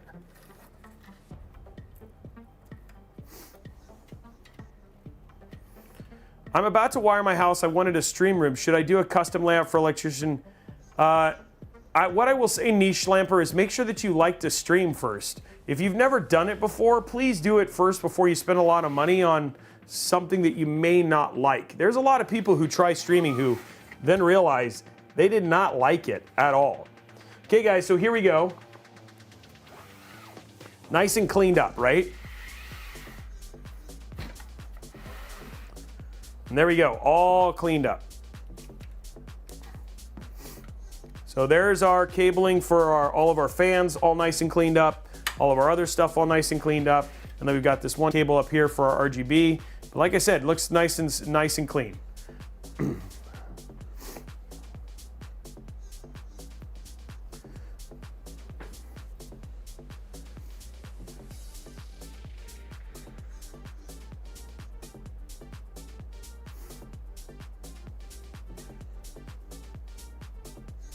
What do you think, Igor? Are you liking it? Well, we'll get back to game streaming. I just got to get through this week because we have a stream every day except for Thursday. So I got to catch up on build streams. You guys have gotten more game streams than build streams almost in some regards. Okay, so, oh my gosh, guys, we're on the GPU. Like, I keep forgetting when you air cool, we're already on the GPU. Okay.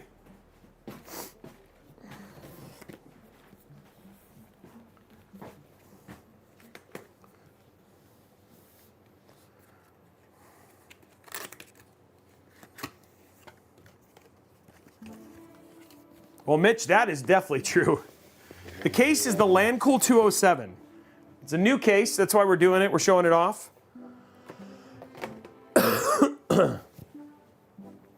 No, you do not need an AIO to cool a 9800X 3D. And we'll show you that here in a bit.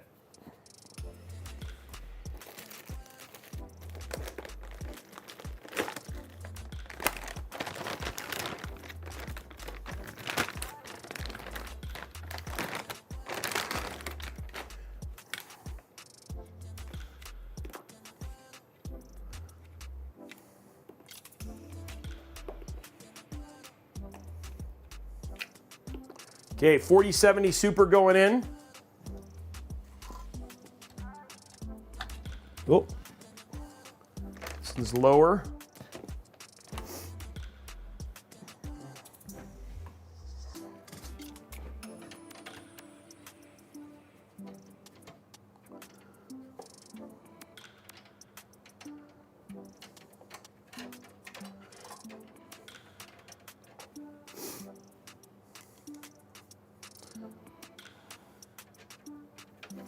There we go.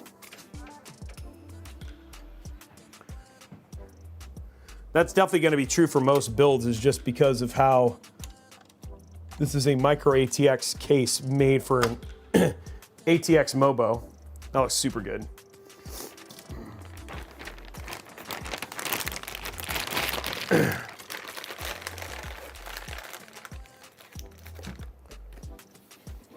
Yeah, I'm expecting there's going to be a shortage.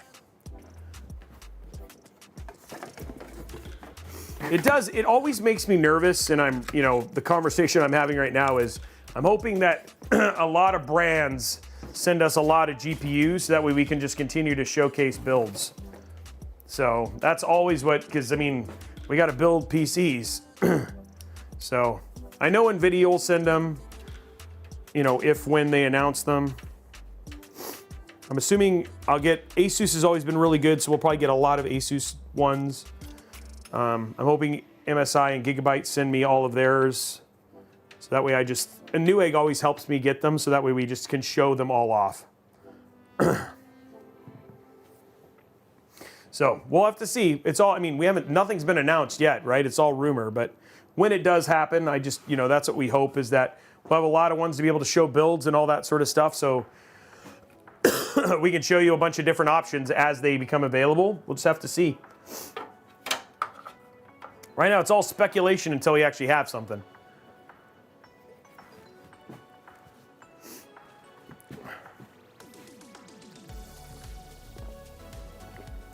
Okay, guys, look at that GPU. It looks good. Also, if I need it, I got this beautiful, tough sag bracket.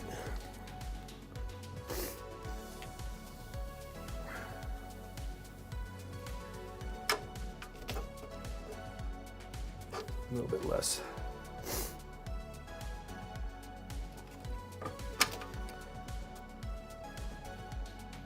Yep, there's a little kickstand. Oh yeah, there's one there. Hey, you're right. I don't even need it. Okay, well, I have one, but I don't need it. You're right. There's a kickstand actually built into the case. Dang, Robey, you almost didn't even use the case bit.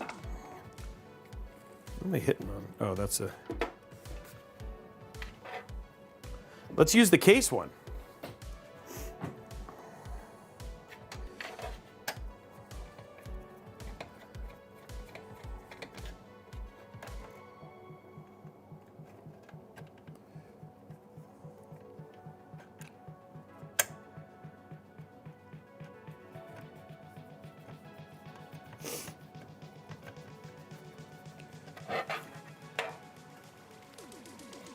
That's really cool. And it's like so hidden. So now, look at that. Easy peasy lemon squeezy. You don't even know there's one in there. Okay, let's grab my PSU, my favorite PSU.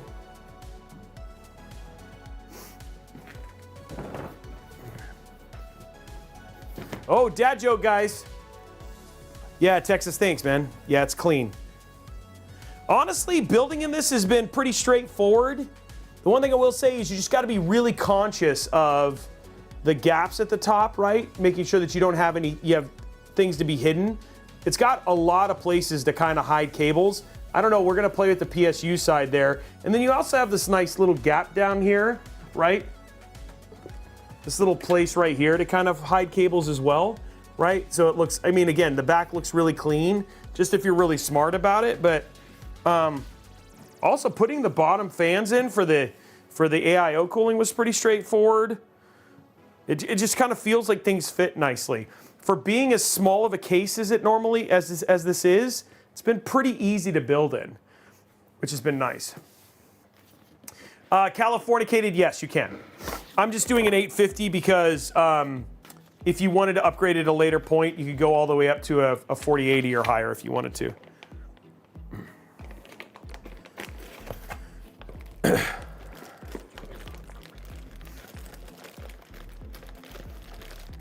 Okay, we'll see you later, Joshua. Bananas, you could probably fit probably 30 bananas.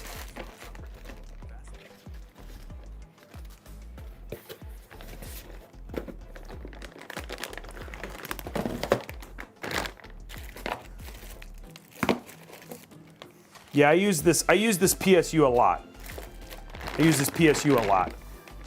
This one and the ASUS one, the ROG one.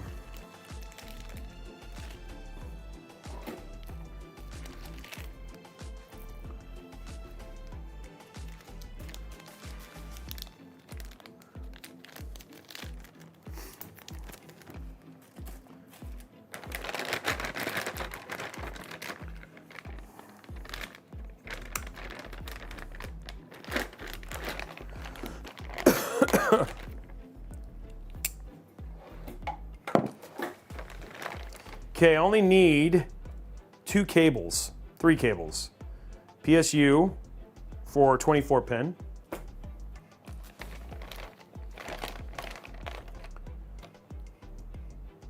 Don't need that.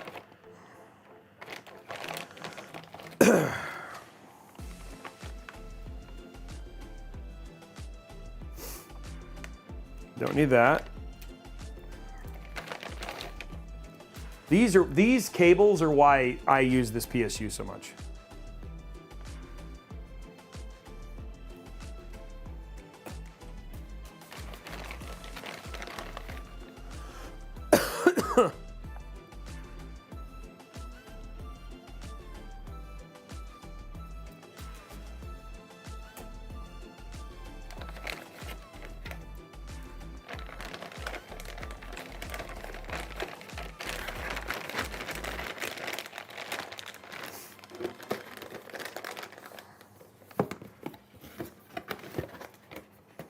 Yeah, good cables just makes for a better build experience and just cleaner cable management.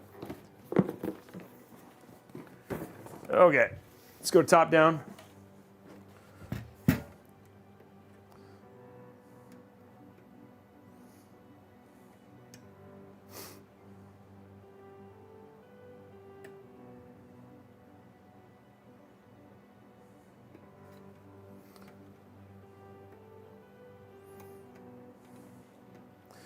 Okay, I need to peel this off.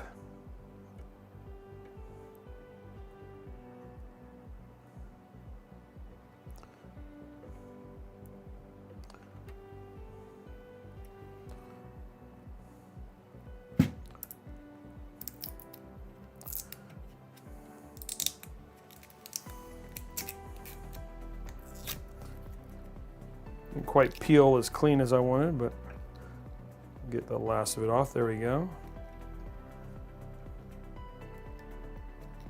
There we go. Okay, clean now.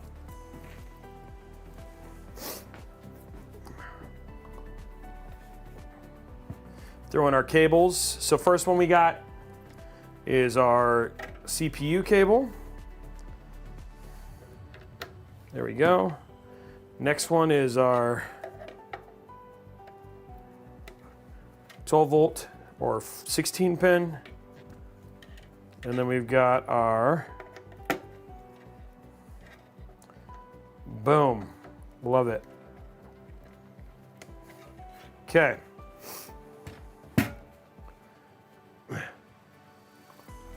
So now, slide this in.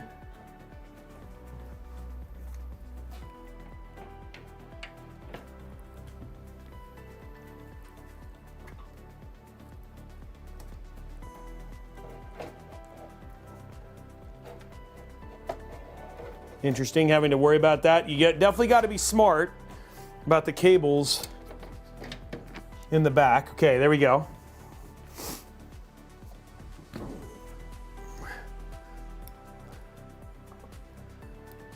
So I'll show you something to be mindful of here. So the PSU is kind of forward. Don't tighten them all the way. We're gonna do what I just did, which is dumb. And listen to my own advice, guys. There you go. That's why you don't tighten them all the way.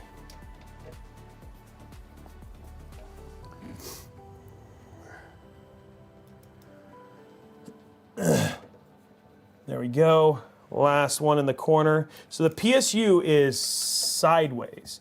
And you'll see this when we get to the other side. Okay, now we can tighten it all the way.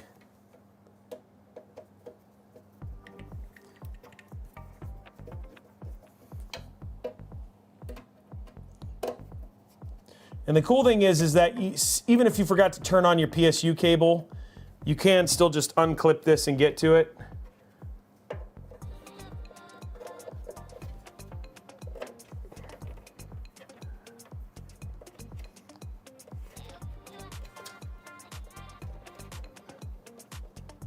There we go.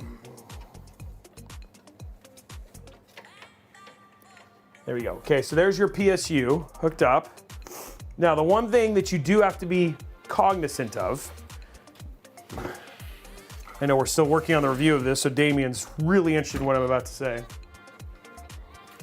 So when you place your PSU in, if you're gonna place it last, these cables here, if they're too tight, you will not be able to slip your PSU in.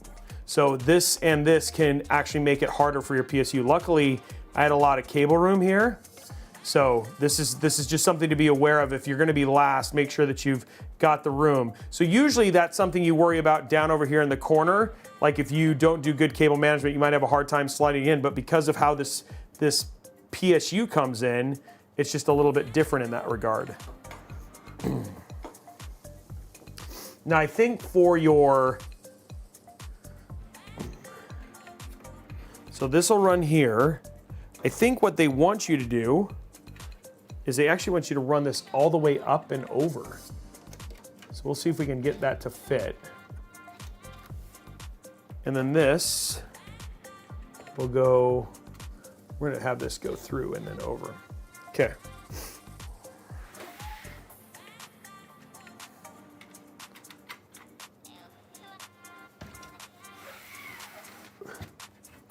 Okay.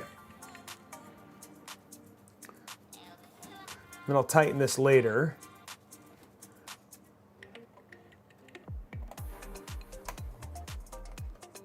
And then I'll make that look nice with some cable extensions here, some zip ties here in a minute.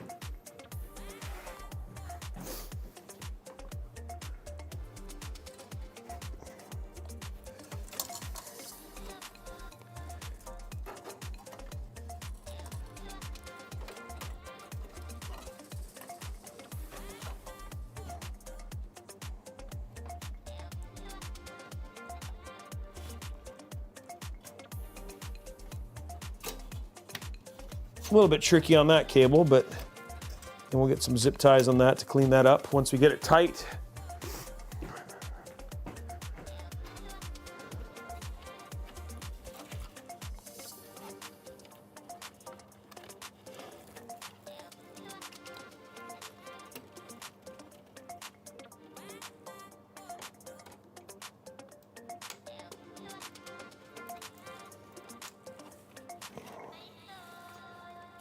Set that in really nicely. Okay, now to make it look pretty, so that way you don't even need cable extensions.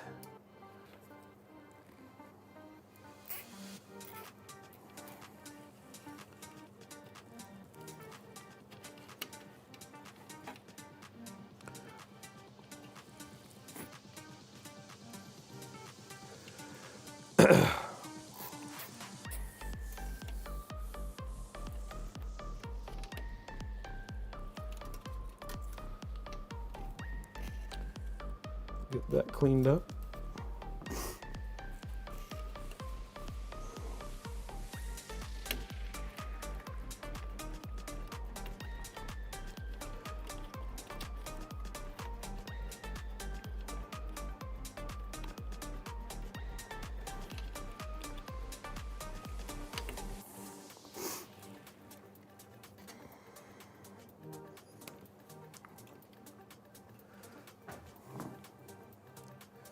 Just a little bit of cabling just ends up making it, just a little bit of zip ties ends up making it look really clean.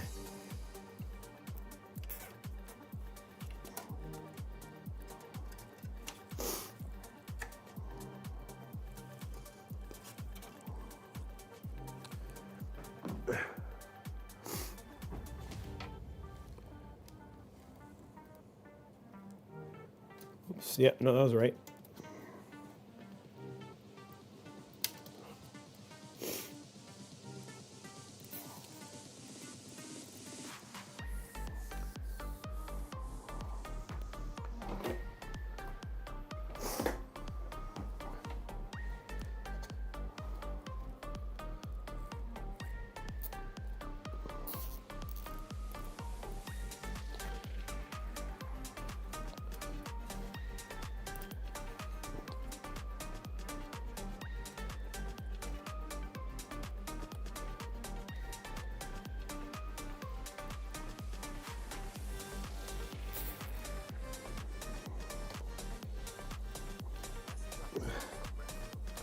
There we go.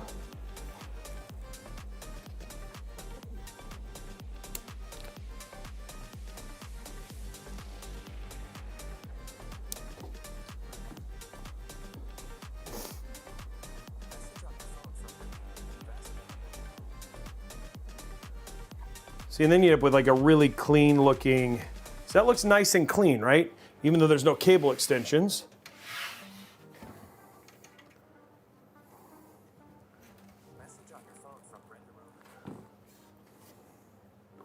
We'll do one more up in the top.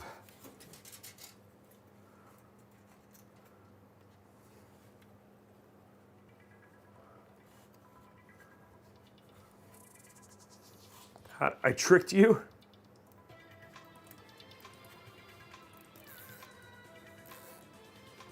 Oh, I can ask for things from time to time, yes. I did see that they did do a stalker card, and I saw that Nay and Josh did a build for it. I have the, I actually have the World of Warcraft one. So yeah, I can request stuff.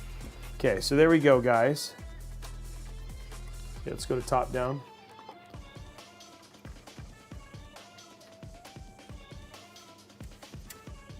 Looking for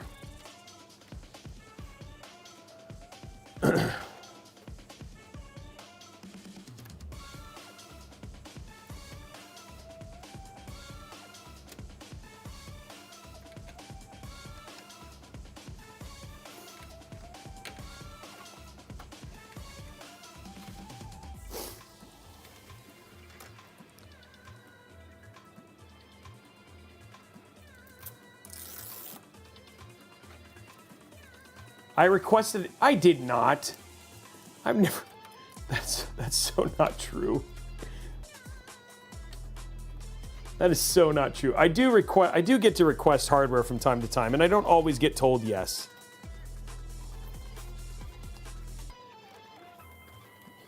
I like how Falcon Northwest is making me sound like a monster.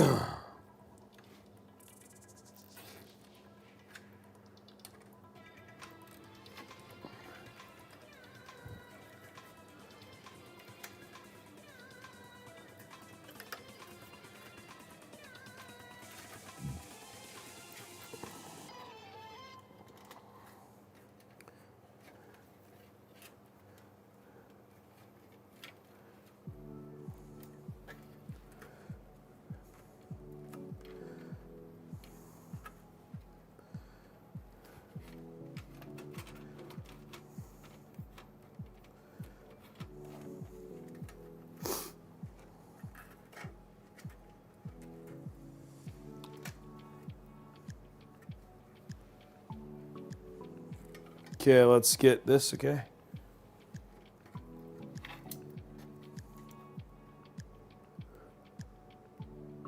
Wow, the poet's here too? Really?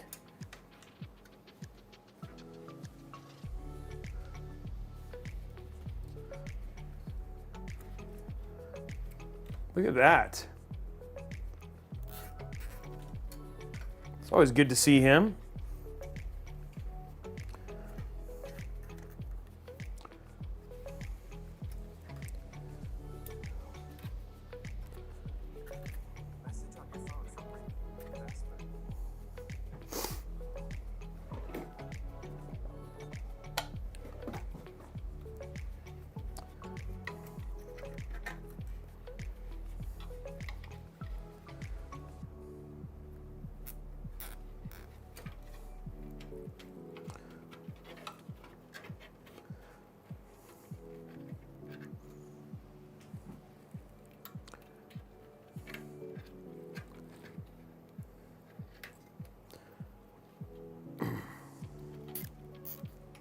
Well, we have quite the star-studded day today, guys. We got the Poets, we got Falcon, we got ASUS, we got everybody in chat today.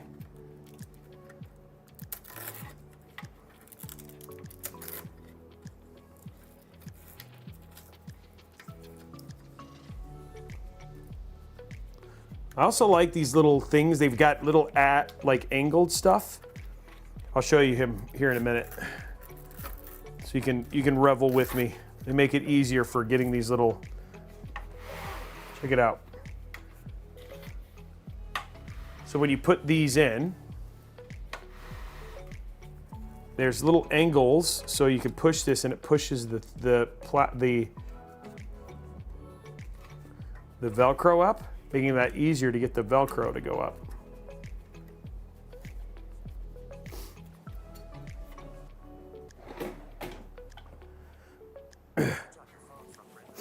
Which is pretty cool.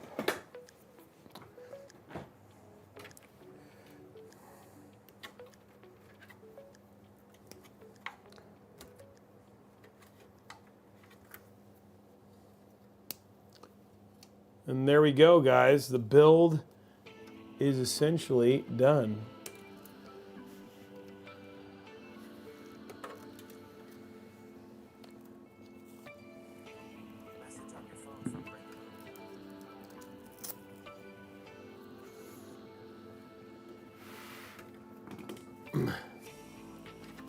There we go. What do you guys think? Nice and clean, right?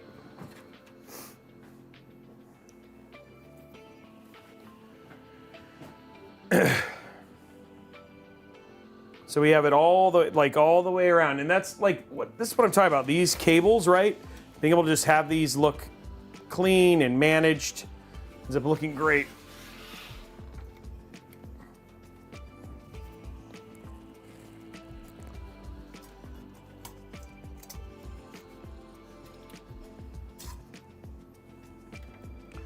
Okay, let's put the case back together.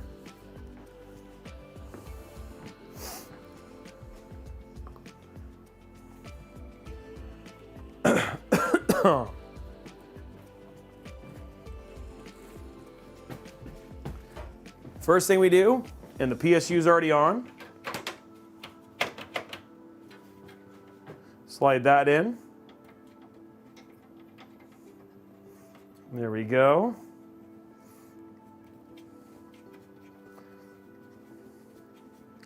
Yeah, I know, no kidding, Falcon. We're being cost conscious, Falcon.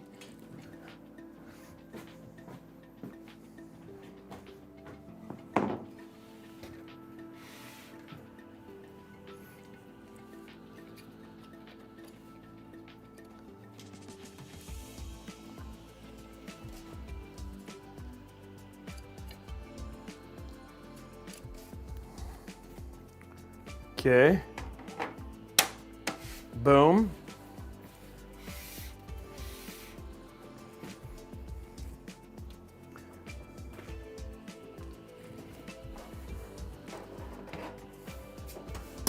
And there we go, guys. Cleaned up, ready to go. Looks good. So let's do our sponsor real quick, and then we'll turn it on. Let's count our zip ties. And then we'll do thermals, all that fun stuff.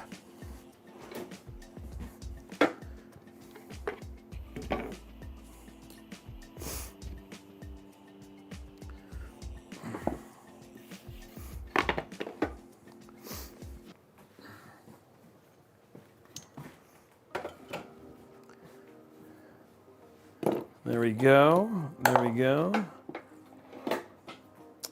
Okay, let's grab our zip ties. Let's see how many we used.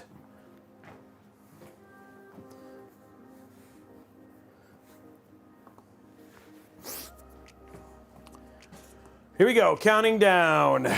1, 2, 3, 4, 5. There's 5. 1, 2, 3, 4, 5. There's 10.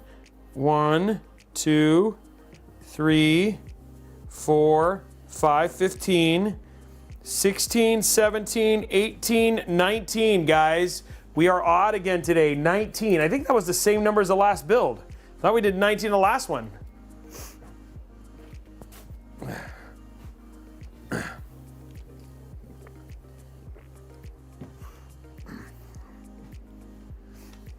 No AIO. We'll show you thermals here in a minute.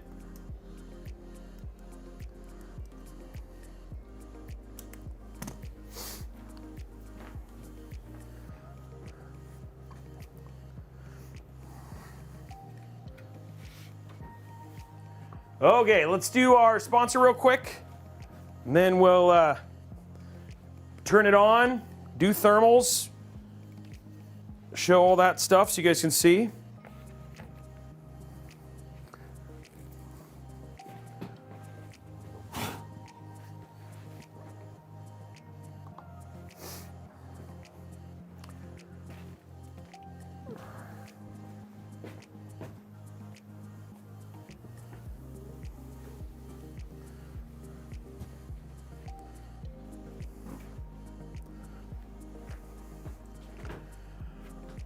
Okay.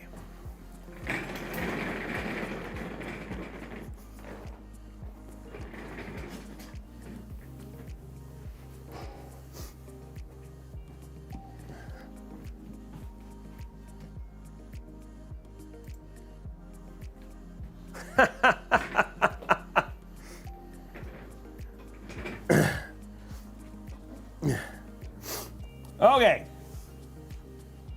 So you get finished building a PC like this, you need to pick up a copy of Windows, but if you were to pick it up at Best Buy or someplace like that, you'd pick it up for a couple $100, but here at VIP-CDKdeals.com, you can pick up a copy of Windows 11 for as little as $32.45 if you were going to pick up Pro, or $30 for Windows Home, or you can pick up 110 Pro for $23.65. But if you hit Buy Now, and you use code RBCK at checkout. So again, use it right there. Use code RBCK at checkout. Hit apply. What was $32.45 drops all the way down to $22.71. Now, the other thing that they just added, guys, and I'm actually pretty happy about this as well, is Office 365. So you can actually buy 5 devices for 1 year. Regularly, that'd be about $282, but here at VIP-CDKdeals.com, you can pick it up for $45.97. But same deal. Use RBCK at checkout, hit apply. What was $45.97 drops all the way down to $32.18. And we've literally had thousands of people who've used it here at the channel who've basically used this to activate their Windows and all that sort of stuff. They have great customer service. They are legit keys. They're OEM keys, which means they're one-time use. As long as you don't change the motherboard, you can pretty much change most of the rest of the stuff out. But even then, you'd have to buy 10 keys to equivocate what would essentially be all the money you'd have to spend if you were to pick it up somewhere else. So VIP-CDKdeals.com. You can use RBCK at checkout. If you have questions, just ask right inside the channel. Okay, last thing. And then we'll get on to turning on the PC and stuff like that. I want to tell you guys about Robeytech.com.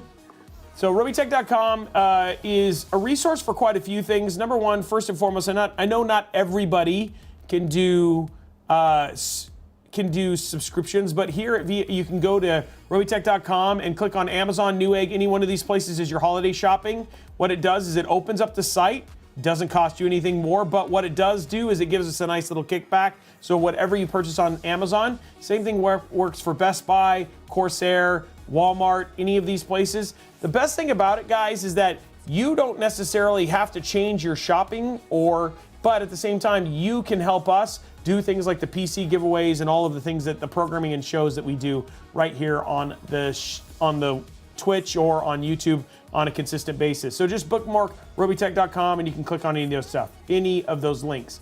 Also, if you guys want to have us commission or build a PC here, we do that from time to time. You can do that here. The other thing too is that I also want to let you guys know is this is a great resource if you're trying to go and find builds. So for instance, if you're like, Robey, I want to build in ASUS GT302. So just do a search there, do GT302, hit search, and it'll search the entire site. And look, there it is. You can see all of the different ASUS builds we've done, as well as parts list. You can just click on any one of these. It'll take you to the build itself, how much it necessarily costs, as well as a link to the actual video. So it's a great place to say like, oh, how is the GT302? What is it like to build in that case? Or if I want to build in the Hyperion or whatever it was, all of our cases and stuff are there, and you can basically order the build if you wanted to right here from the site as well. So great place to go and do that stuff and get ideas for any particular build or find a video for a case that you would like to build in and see what it's like to build, because the live streams are all there as well. Okay, last thing, budget builds. I know that this is not necessarily a budget build all up. It was a budget conscious build, but if you're looking for budget builds, we also have these that we've just started. $1,000 builds, $875 build. We're gonna be doing a $600 and something build here in just a couple days. So great place to go if you're trying to get your first PC, you're a little strapped on cash. You can also go to robeytech.com/budget builds. It has the build plus the step-by-step instructions on how to build it, and as well as the performance for that build, so you can know how it's gonna run in your particular game as well. Last thing is deals. Let's see what deals Tom's got for us today. Alienware M16 R2. This is the Intel Core Ultra 16 gig NVIDIA GeForce RTX 4070. It's currently $600 off, making it $1,299.99. The one thing I will say about this particular laptop, I really like it. We've used it. It's one of my travel laptops that I've taken on a number of places. The thing I like about it is the fact that it's a Core Ultra plus gaming, which means you get longer battery life when you are using it, and it's also nice and quiet, which is something I really appreciate about it. It's one of the things I like about the Core Ultra and the AMD AI laptop specifically, so that's a really good deal right there. PlayStation 5 Slim, if you're looking to pick one up, $75 off, making it $424.99 if you're looking for that PlayStation itch, whether you're gonna play some Ghost of Tsushima or some of the Astrobot, or any one of those games, there's an option there. Nintendo Switch OLED, Mario Kart Deluxe bundle, $75 off, making it $274.99 over at Best Buy. Another great console and a great handheld if you're not wanting to get a Steam Deck or anything like that. ASUS TUF, this is a 24-inch IPS 1080p monitor with 180 hertz, 1 millisecond FreeSync premium gaming monitor, $80 off right now, $100 over at Best Buy. You want a really good 24-inch FHD 1080p 180 hertz monitor. Plus you get 12 months of Nintendo Online for free with this purchase. The LG 48-inch B4 OLED. So I actually have one of these I have the C4. I have this in my game room as one of our backup televisions. $599. LG OLEDs are amazing. So if you're looking for a good OLED for Christmas, for $599, that's a really, really good deal. And then the glorious GMM&K pre-built 96% wired keyboard on sale for $60 over at Best Buy as well. I'm seeing a trend here. There's some really good deals at Best Buy right now. Yeah, $100. That's actually a really good price for that monitor. So that's a good TUF one. We've played with this monitor before. So I'm really happy about these three right here. Love this Alienware laptop. Love this OLED, and that monitor for $100 is a really good price. Sorry guys, that cold, man, still lurking. Okay, everybody say thank you, Tom. Yeah, Best Buy has some really, really good deals right now. Everybody say thank you, Tom.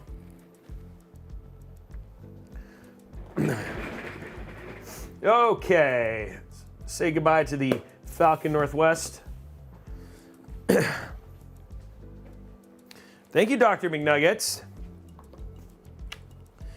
Okay, let's get ready to turn this bad boy on and wow people with how cold this CPU is gonna run.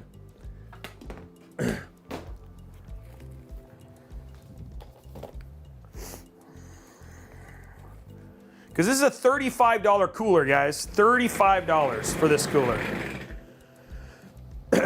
So here we go.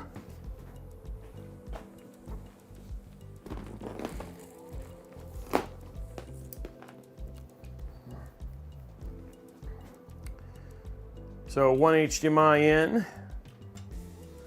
Get our power in. There we go. Let's grab our. By the way, JJ, I know that you loved. You sent me the other one, but I had to get it. I had to go back to the the ASUS for. I just love this keyboard. So I know JJ is watching this, but this keyboard is my favorite. I have 4 of these, and I absolutely love them. And I was using, off the top of my head, I was using the other one, and you guys sent it, but then I was like, no, I miss this keyboard. I love the feeling of it, so ended up getting another one. So I just wanted to share that with you, JJ. love that keyboard. And of course, I use my Harp A Ace.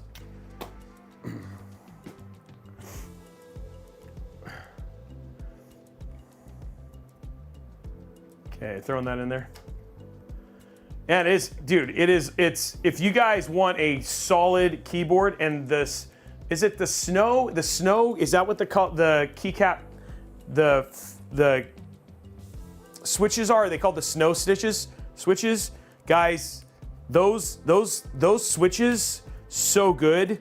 So if you're looking for a really good, it's also got arrow keys, all that sort of stuff. If you're looking for a solid keyboard, let me just tell you, the Snow linears are my favorite. And the keyboard just feels so nice. Just love it. So anyway, 3, 2, 1, on. That was anticlimactic. Oh, that didn't work. All right, let me see what I didn't plug in. No, this doesn't count as didn't post because I more than likely have a cable in the wrong place. Or did I turn on the thing? I thought I did, but then did I really? Because I don't see any power to the Mobo at all. Oh, I didn't. Yeah, that would help. There we go. I forgot to turn on the PSU, guys.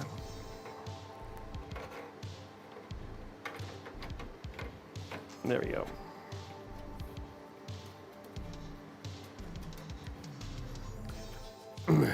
That's my own fault.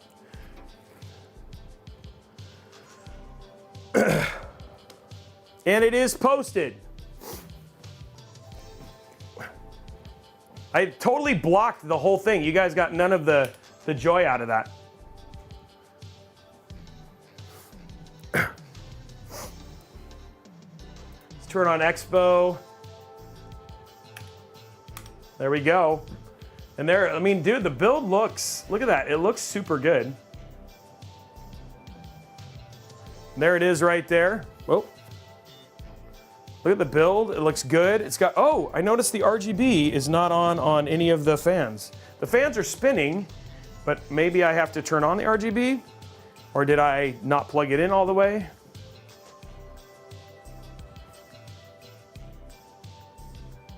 Oh, I don't see RGB down there at all. I think I must have disconnected it. Oh wait, no, I plugged it in. Where did I plug it in at?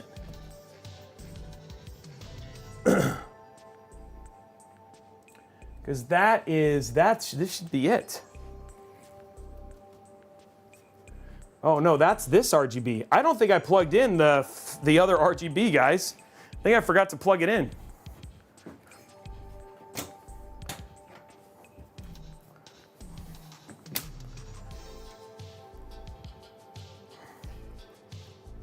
I think I didn't run it. I didn't route it. Okay. Got to fix that RGB real quick, guys.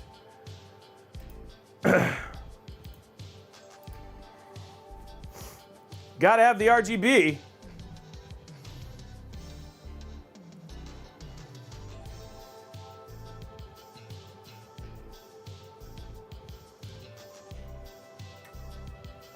Yeah, wireless RGB.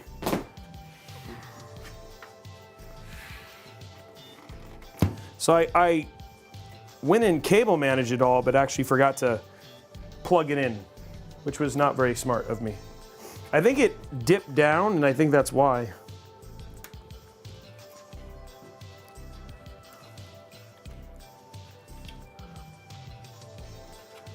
Yeah, it's right here.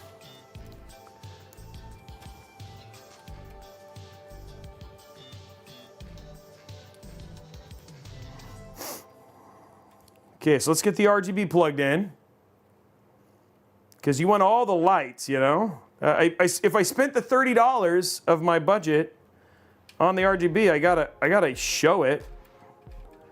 I'm not a monster.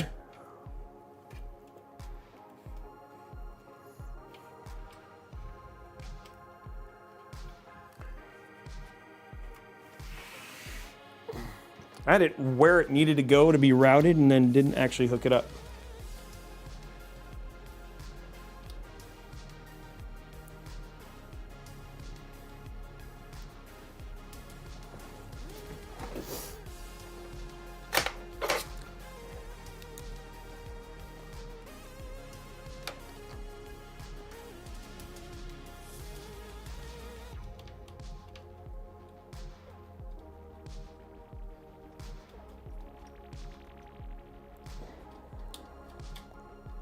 Luckily, I'm doing a 4070 and not like a 4080 or 4090.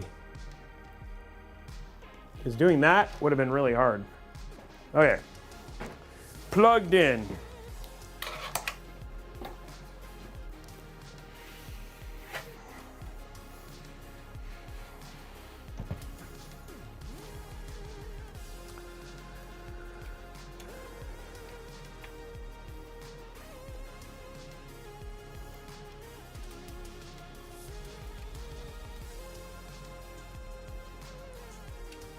Just got to re-zip tie.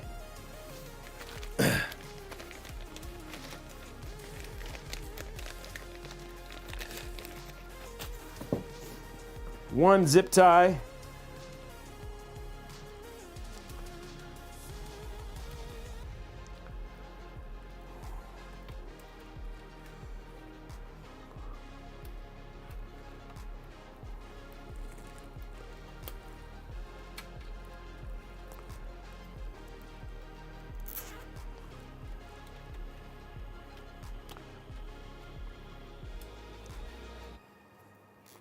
Okay, all cable managed again.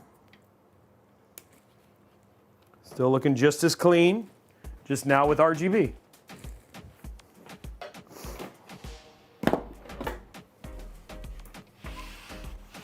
Well, I had to take one off anyway, so still works out. Okay. Ugh.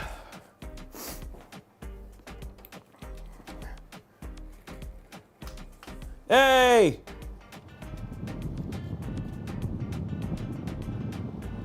There it goes.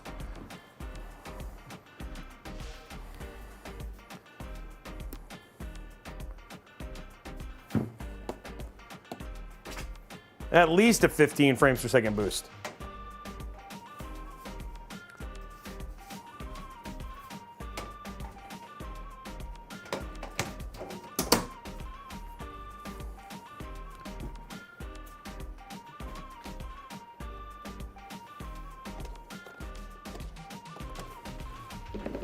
Okay, now we have all the lights. Now it is fully powered to its maximum performance.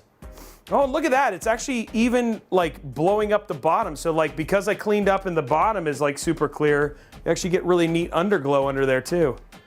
Okay. Let's get the thermals and stuff in this.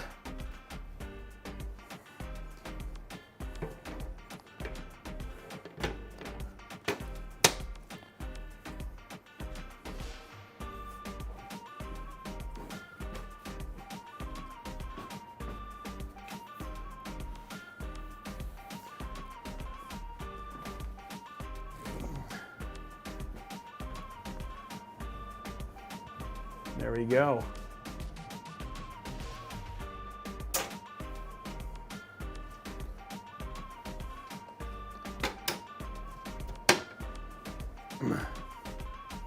Okay. Let's throw in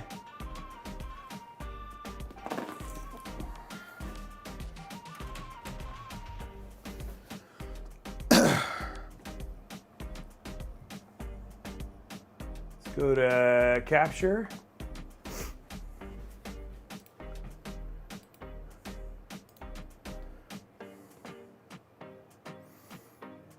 Yeah, it's new. Shogun, that's the new thing. It's because that's how they're able to get micro ATX size case with an ATX motherboard is they move the PSU over there.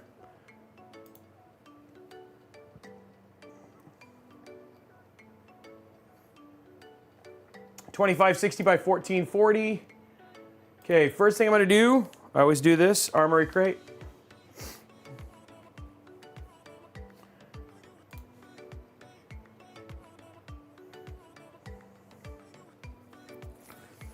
This is technically an AMD build. I mean, like we'll do, because it's 7800X 3D. So let's throw it all in here. There we go. Let's do Starry Night, and we'll do background. Let's throw white in there. There we go. And I gotta do here. We need to update a little candy cane look to it.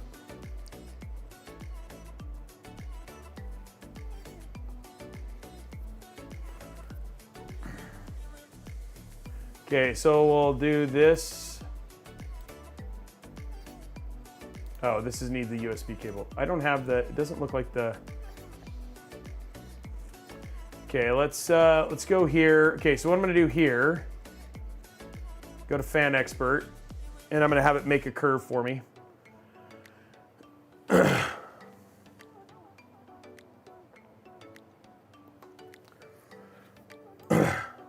Okay, so we're gonna do auto tuning.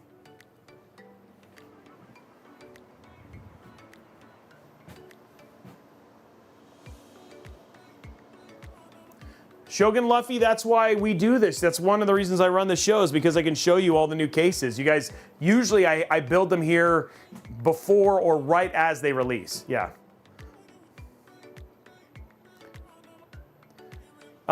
6 to 10. So let me ask you this, Seabass, what games do you play?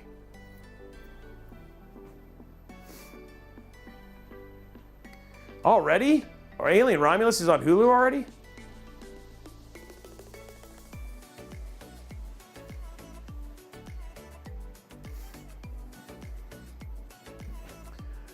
I finally made it through Alien Romulus, which I actually really enjoyed it. But it was like one of those things.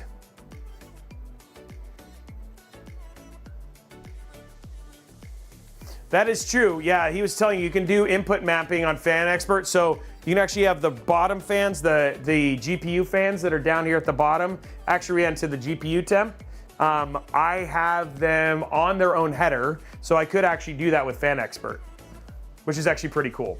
For what I care about, I just want them to spin with CPU for now, because that's what I'm going to use for the cooling. But it's pretty neat, all the stuff you can do in Fan Expert. And I will say their GPU, oh my gosh, GPU, what is it called? Sorry, off the top of my, I still have a cold, JJ. Their GPU tools are better because you have more data in them. I just didn't install it today.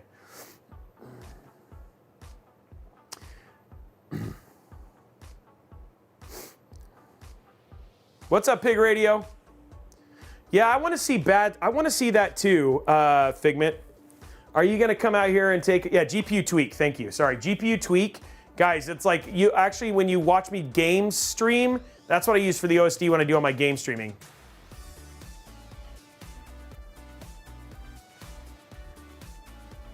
What's up, Pig Radio? Figment, are you coming out to take us to the movie? When are you coming out to take me to the movie? You and your family. I need to go see Wicked too, and then I want to see Red 1. I haven't seen that one yet either. We saw Gladiator 3.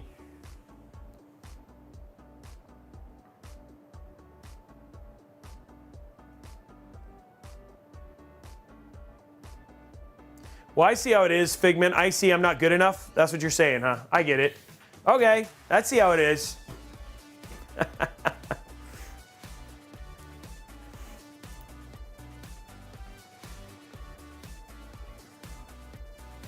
So here you can do,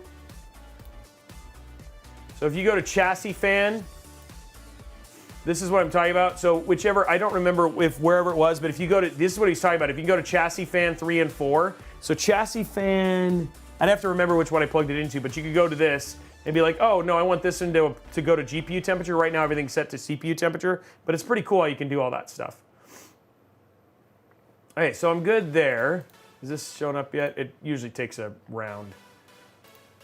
I don't have the tough needs to show up. So that's why it takes a little bit. It's usually a reboot before it does. Okay, let's get ready for hardware info monitor. No, it still hasn't shown up yet. So it will. Okay, here we go, guys. CPU ID. Open up Cinebench.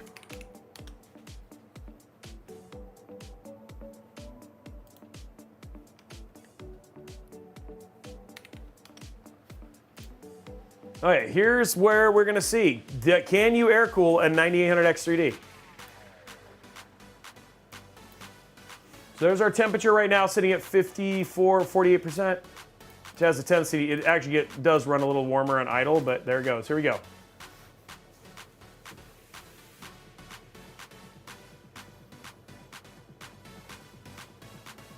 And it's just now speeding up.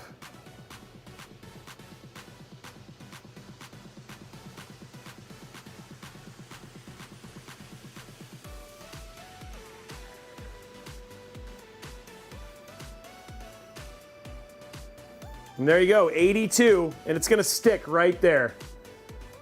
No problem whatsoever.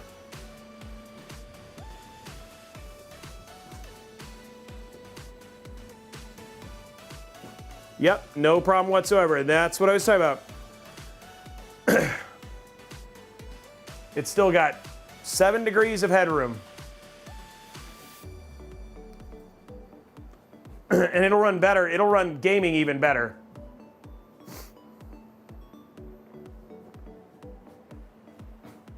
Now, if you were going to play with overclocking, which, I mean, BMOC and stuff, and I don't know if BMOC you want to get, should we, when we do the overclocking part, should we throw an Arctic Liquid Freezer 3 on this? The room is probably, it's probably 69 degrees Fahrenheit, which is 1,000,000 degrees Celsius. 69, 70.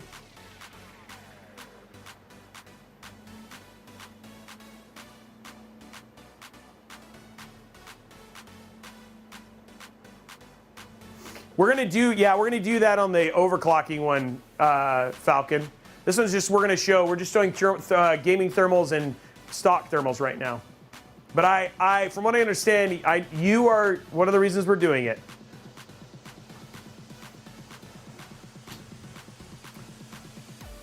Is the one that you sent me, does it have that curve, Falcon, or no? Did you, what I have downstairs?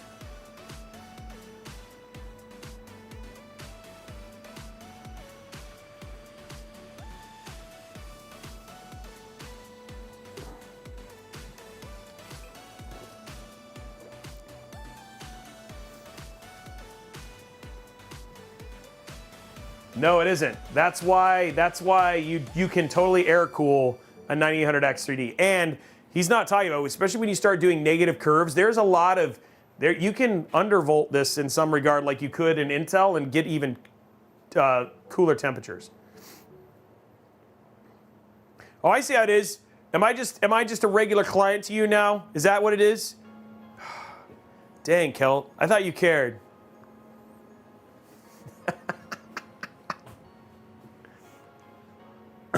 Anyway, guys, there it is. 3 minutes in, it's not going anywhere. It's just sticking at 82. So no problem whatsoever there. So let's stop that. Let's grab...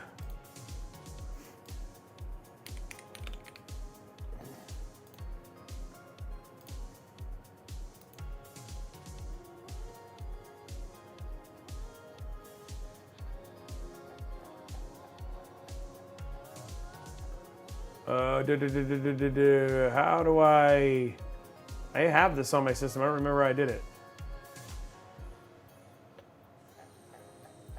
Oh, switch to US website.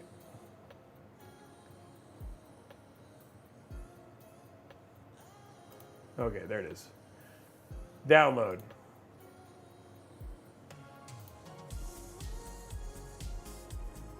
The reason I want to do this is because I want to be able to see the CPU temp.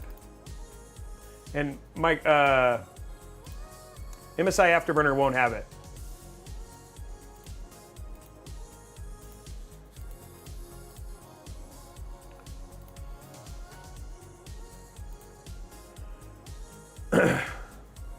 Okay, let's restart real quick.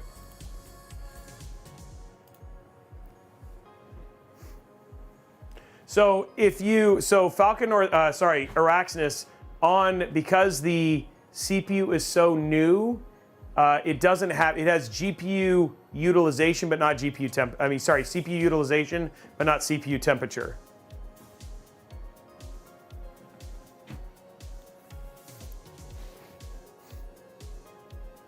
Idle temps in the 40s, Gamersmith.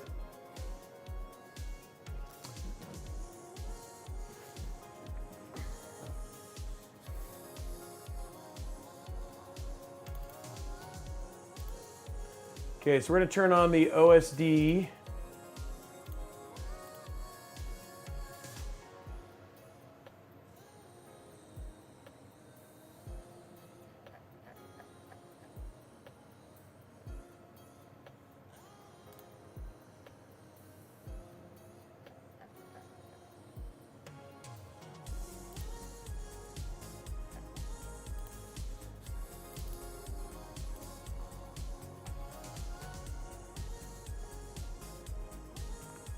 There's our clocks, and then here's the so I want CPU clock, GPU temperature, CPU usage, CPU temperature. See, that's why I did it, is because you can't do this. You can't do this on MSI Afterburner. Okay, so let's load this up. So now we'll see our GPU temps and CPU temps.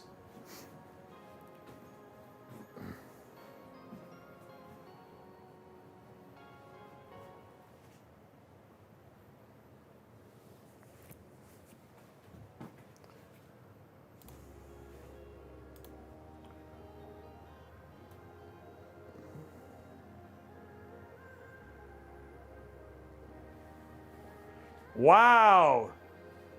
Trebled mine, 50 months.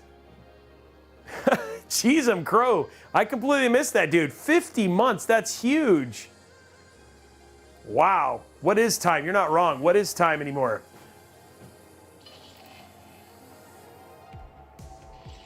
So this is, oh, I don't know. This might be...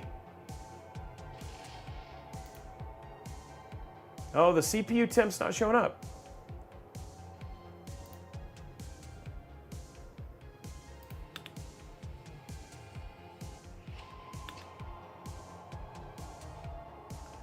Oh, not the GPU usage and GPU clock isn't showing up either.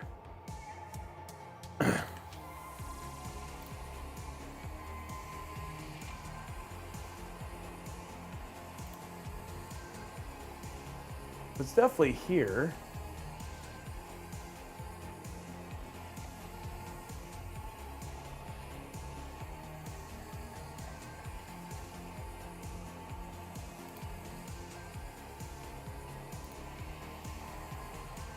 Okay, so it's, I'm just trying to see if I can refresh it.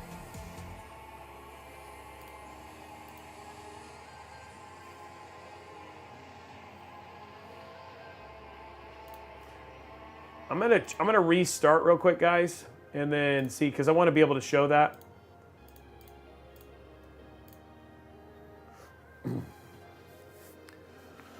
Thank you for the 300 bits, by the way, Gamersmith.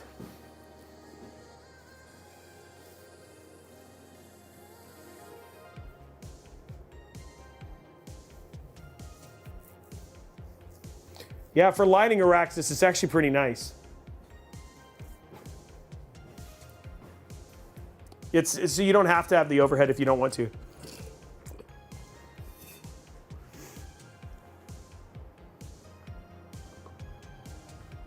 There's our build, guys. And then from the front, it also looks nice, right?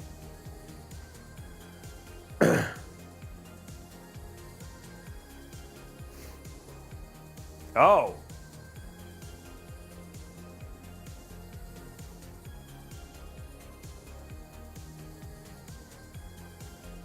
Look at how that looks, though. It actually looks really clean, right?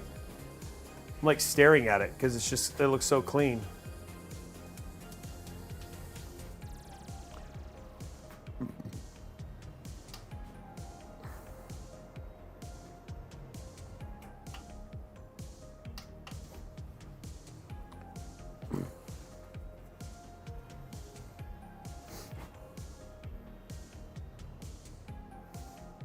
I mean, it's just, I like diffuse, like the diffused look of it. It looks really clean. Oh, it's there, it's just diffused. Bottom RGB's there. I will say cameras never seem to do it justice, right? Like with just how clean the build looks when you know, when you get it all set up.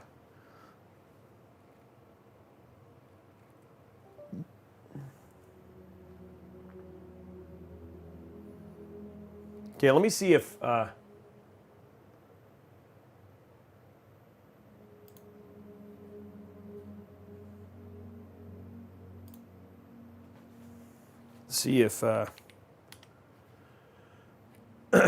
GPU shows up now, just because the color.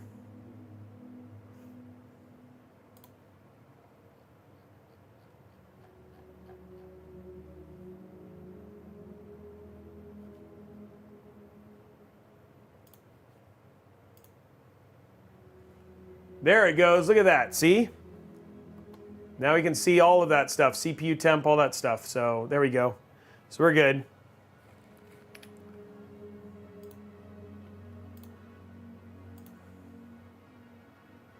And now I should...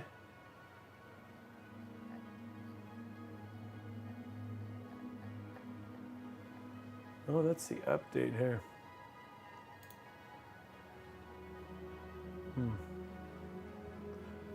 Okay, so let's go and load up Let's go and load up Cyberpunk.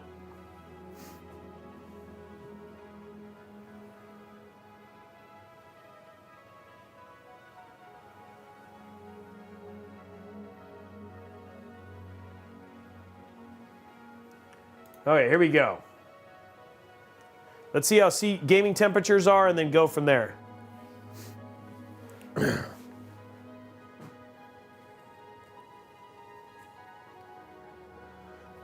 There we go. Now we got our CPU temps and all that stuff.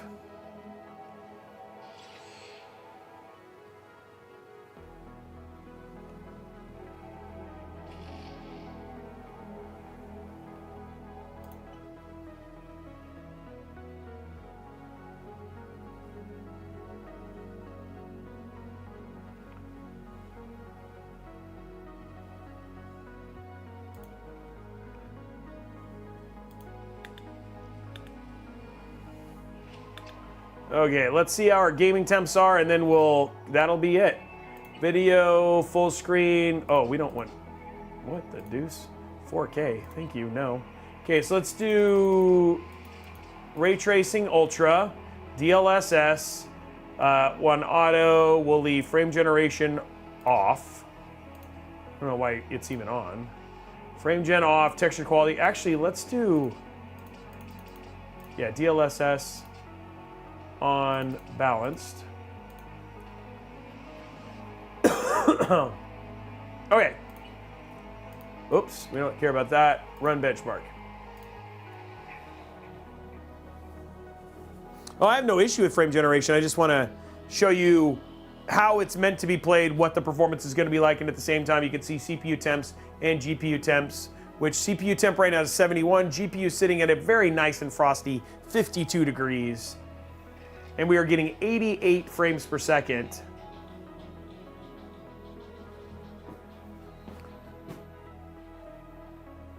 So there we are, getting a very nice and easy 85, 86 frames per second right there. CPU temp sitting nice and frosty at 55 degrees.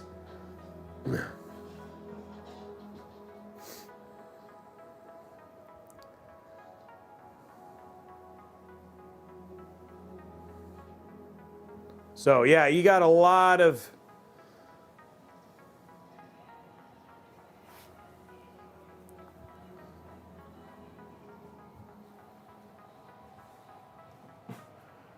I mean, our GPU right now is being utilized 95, 98.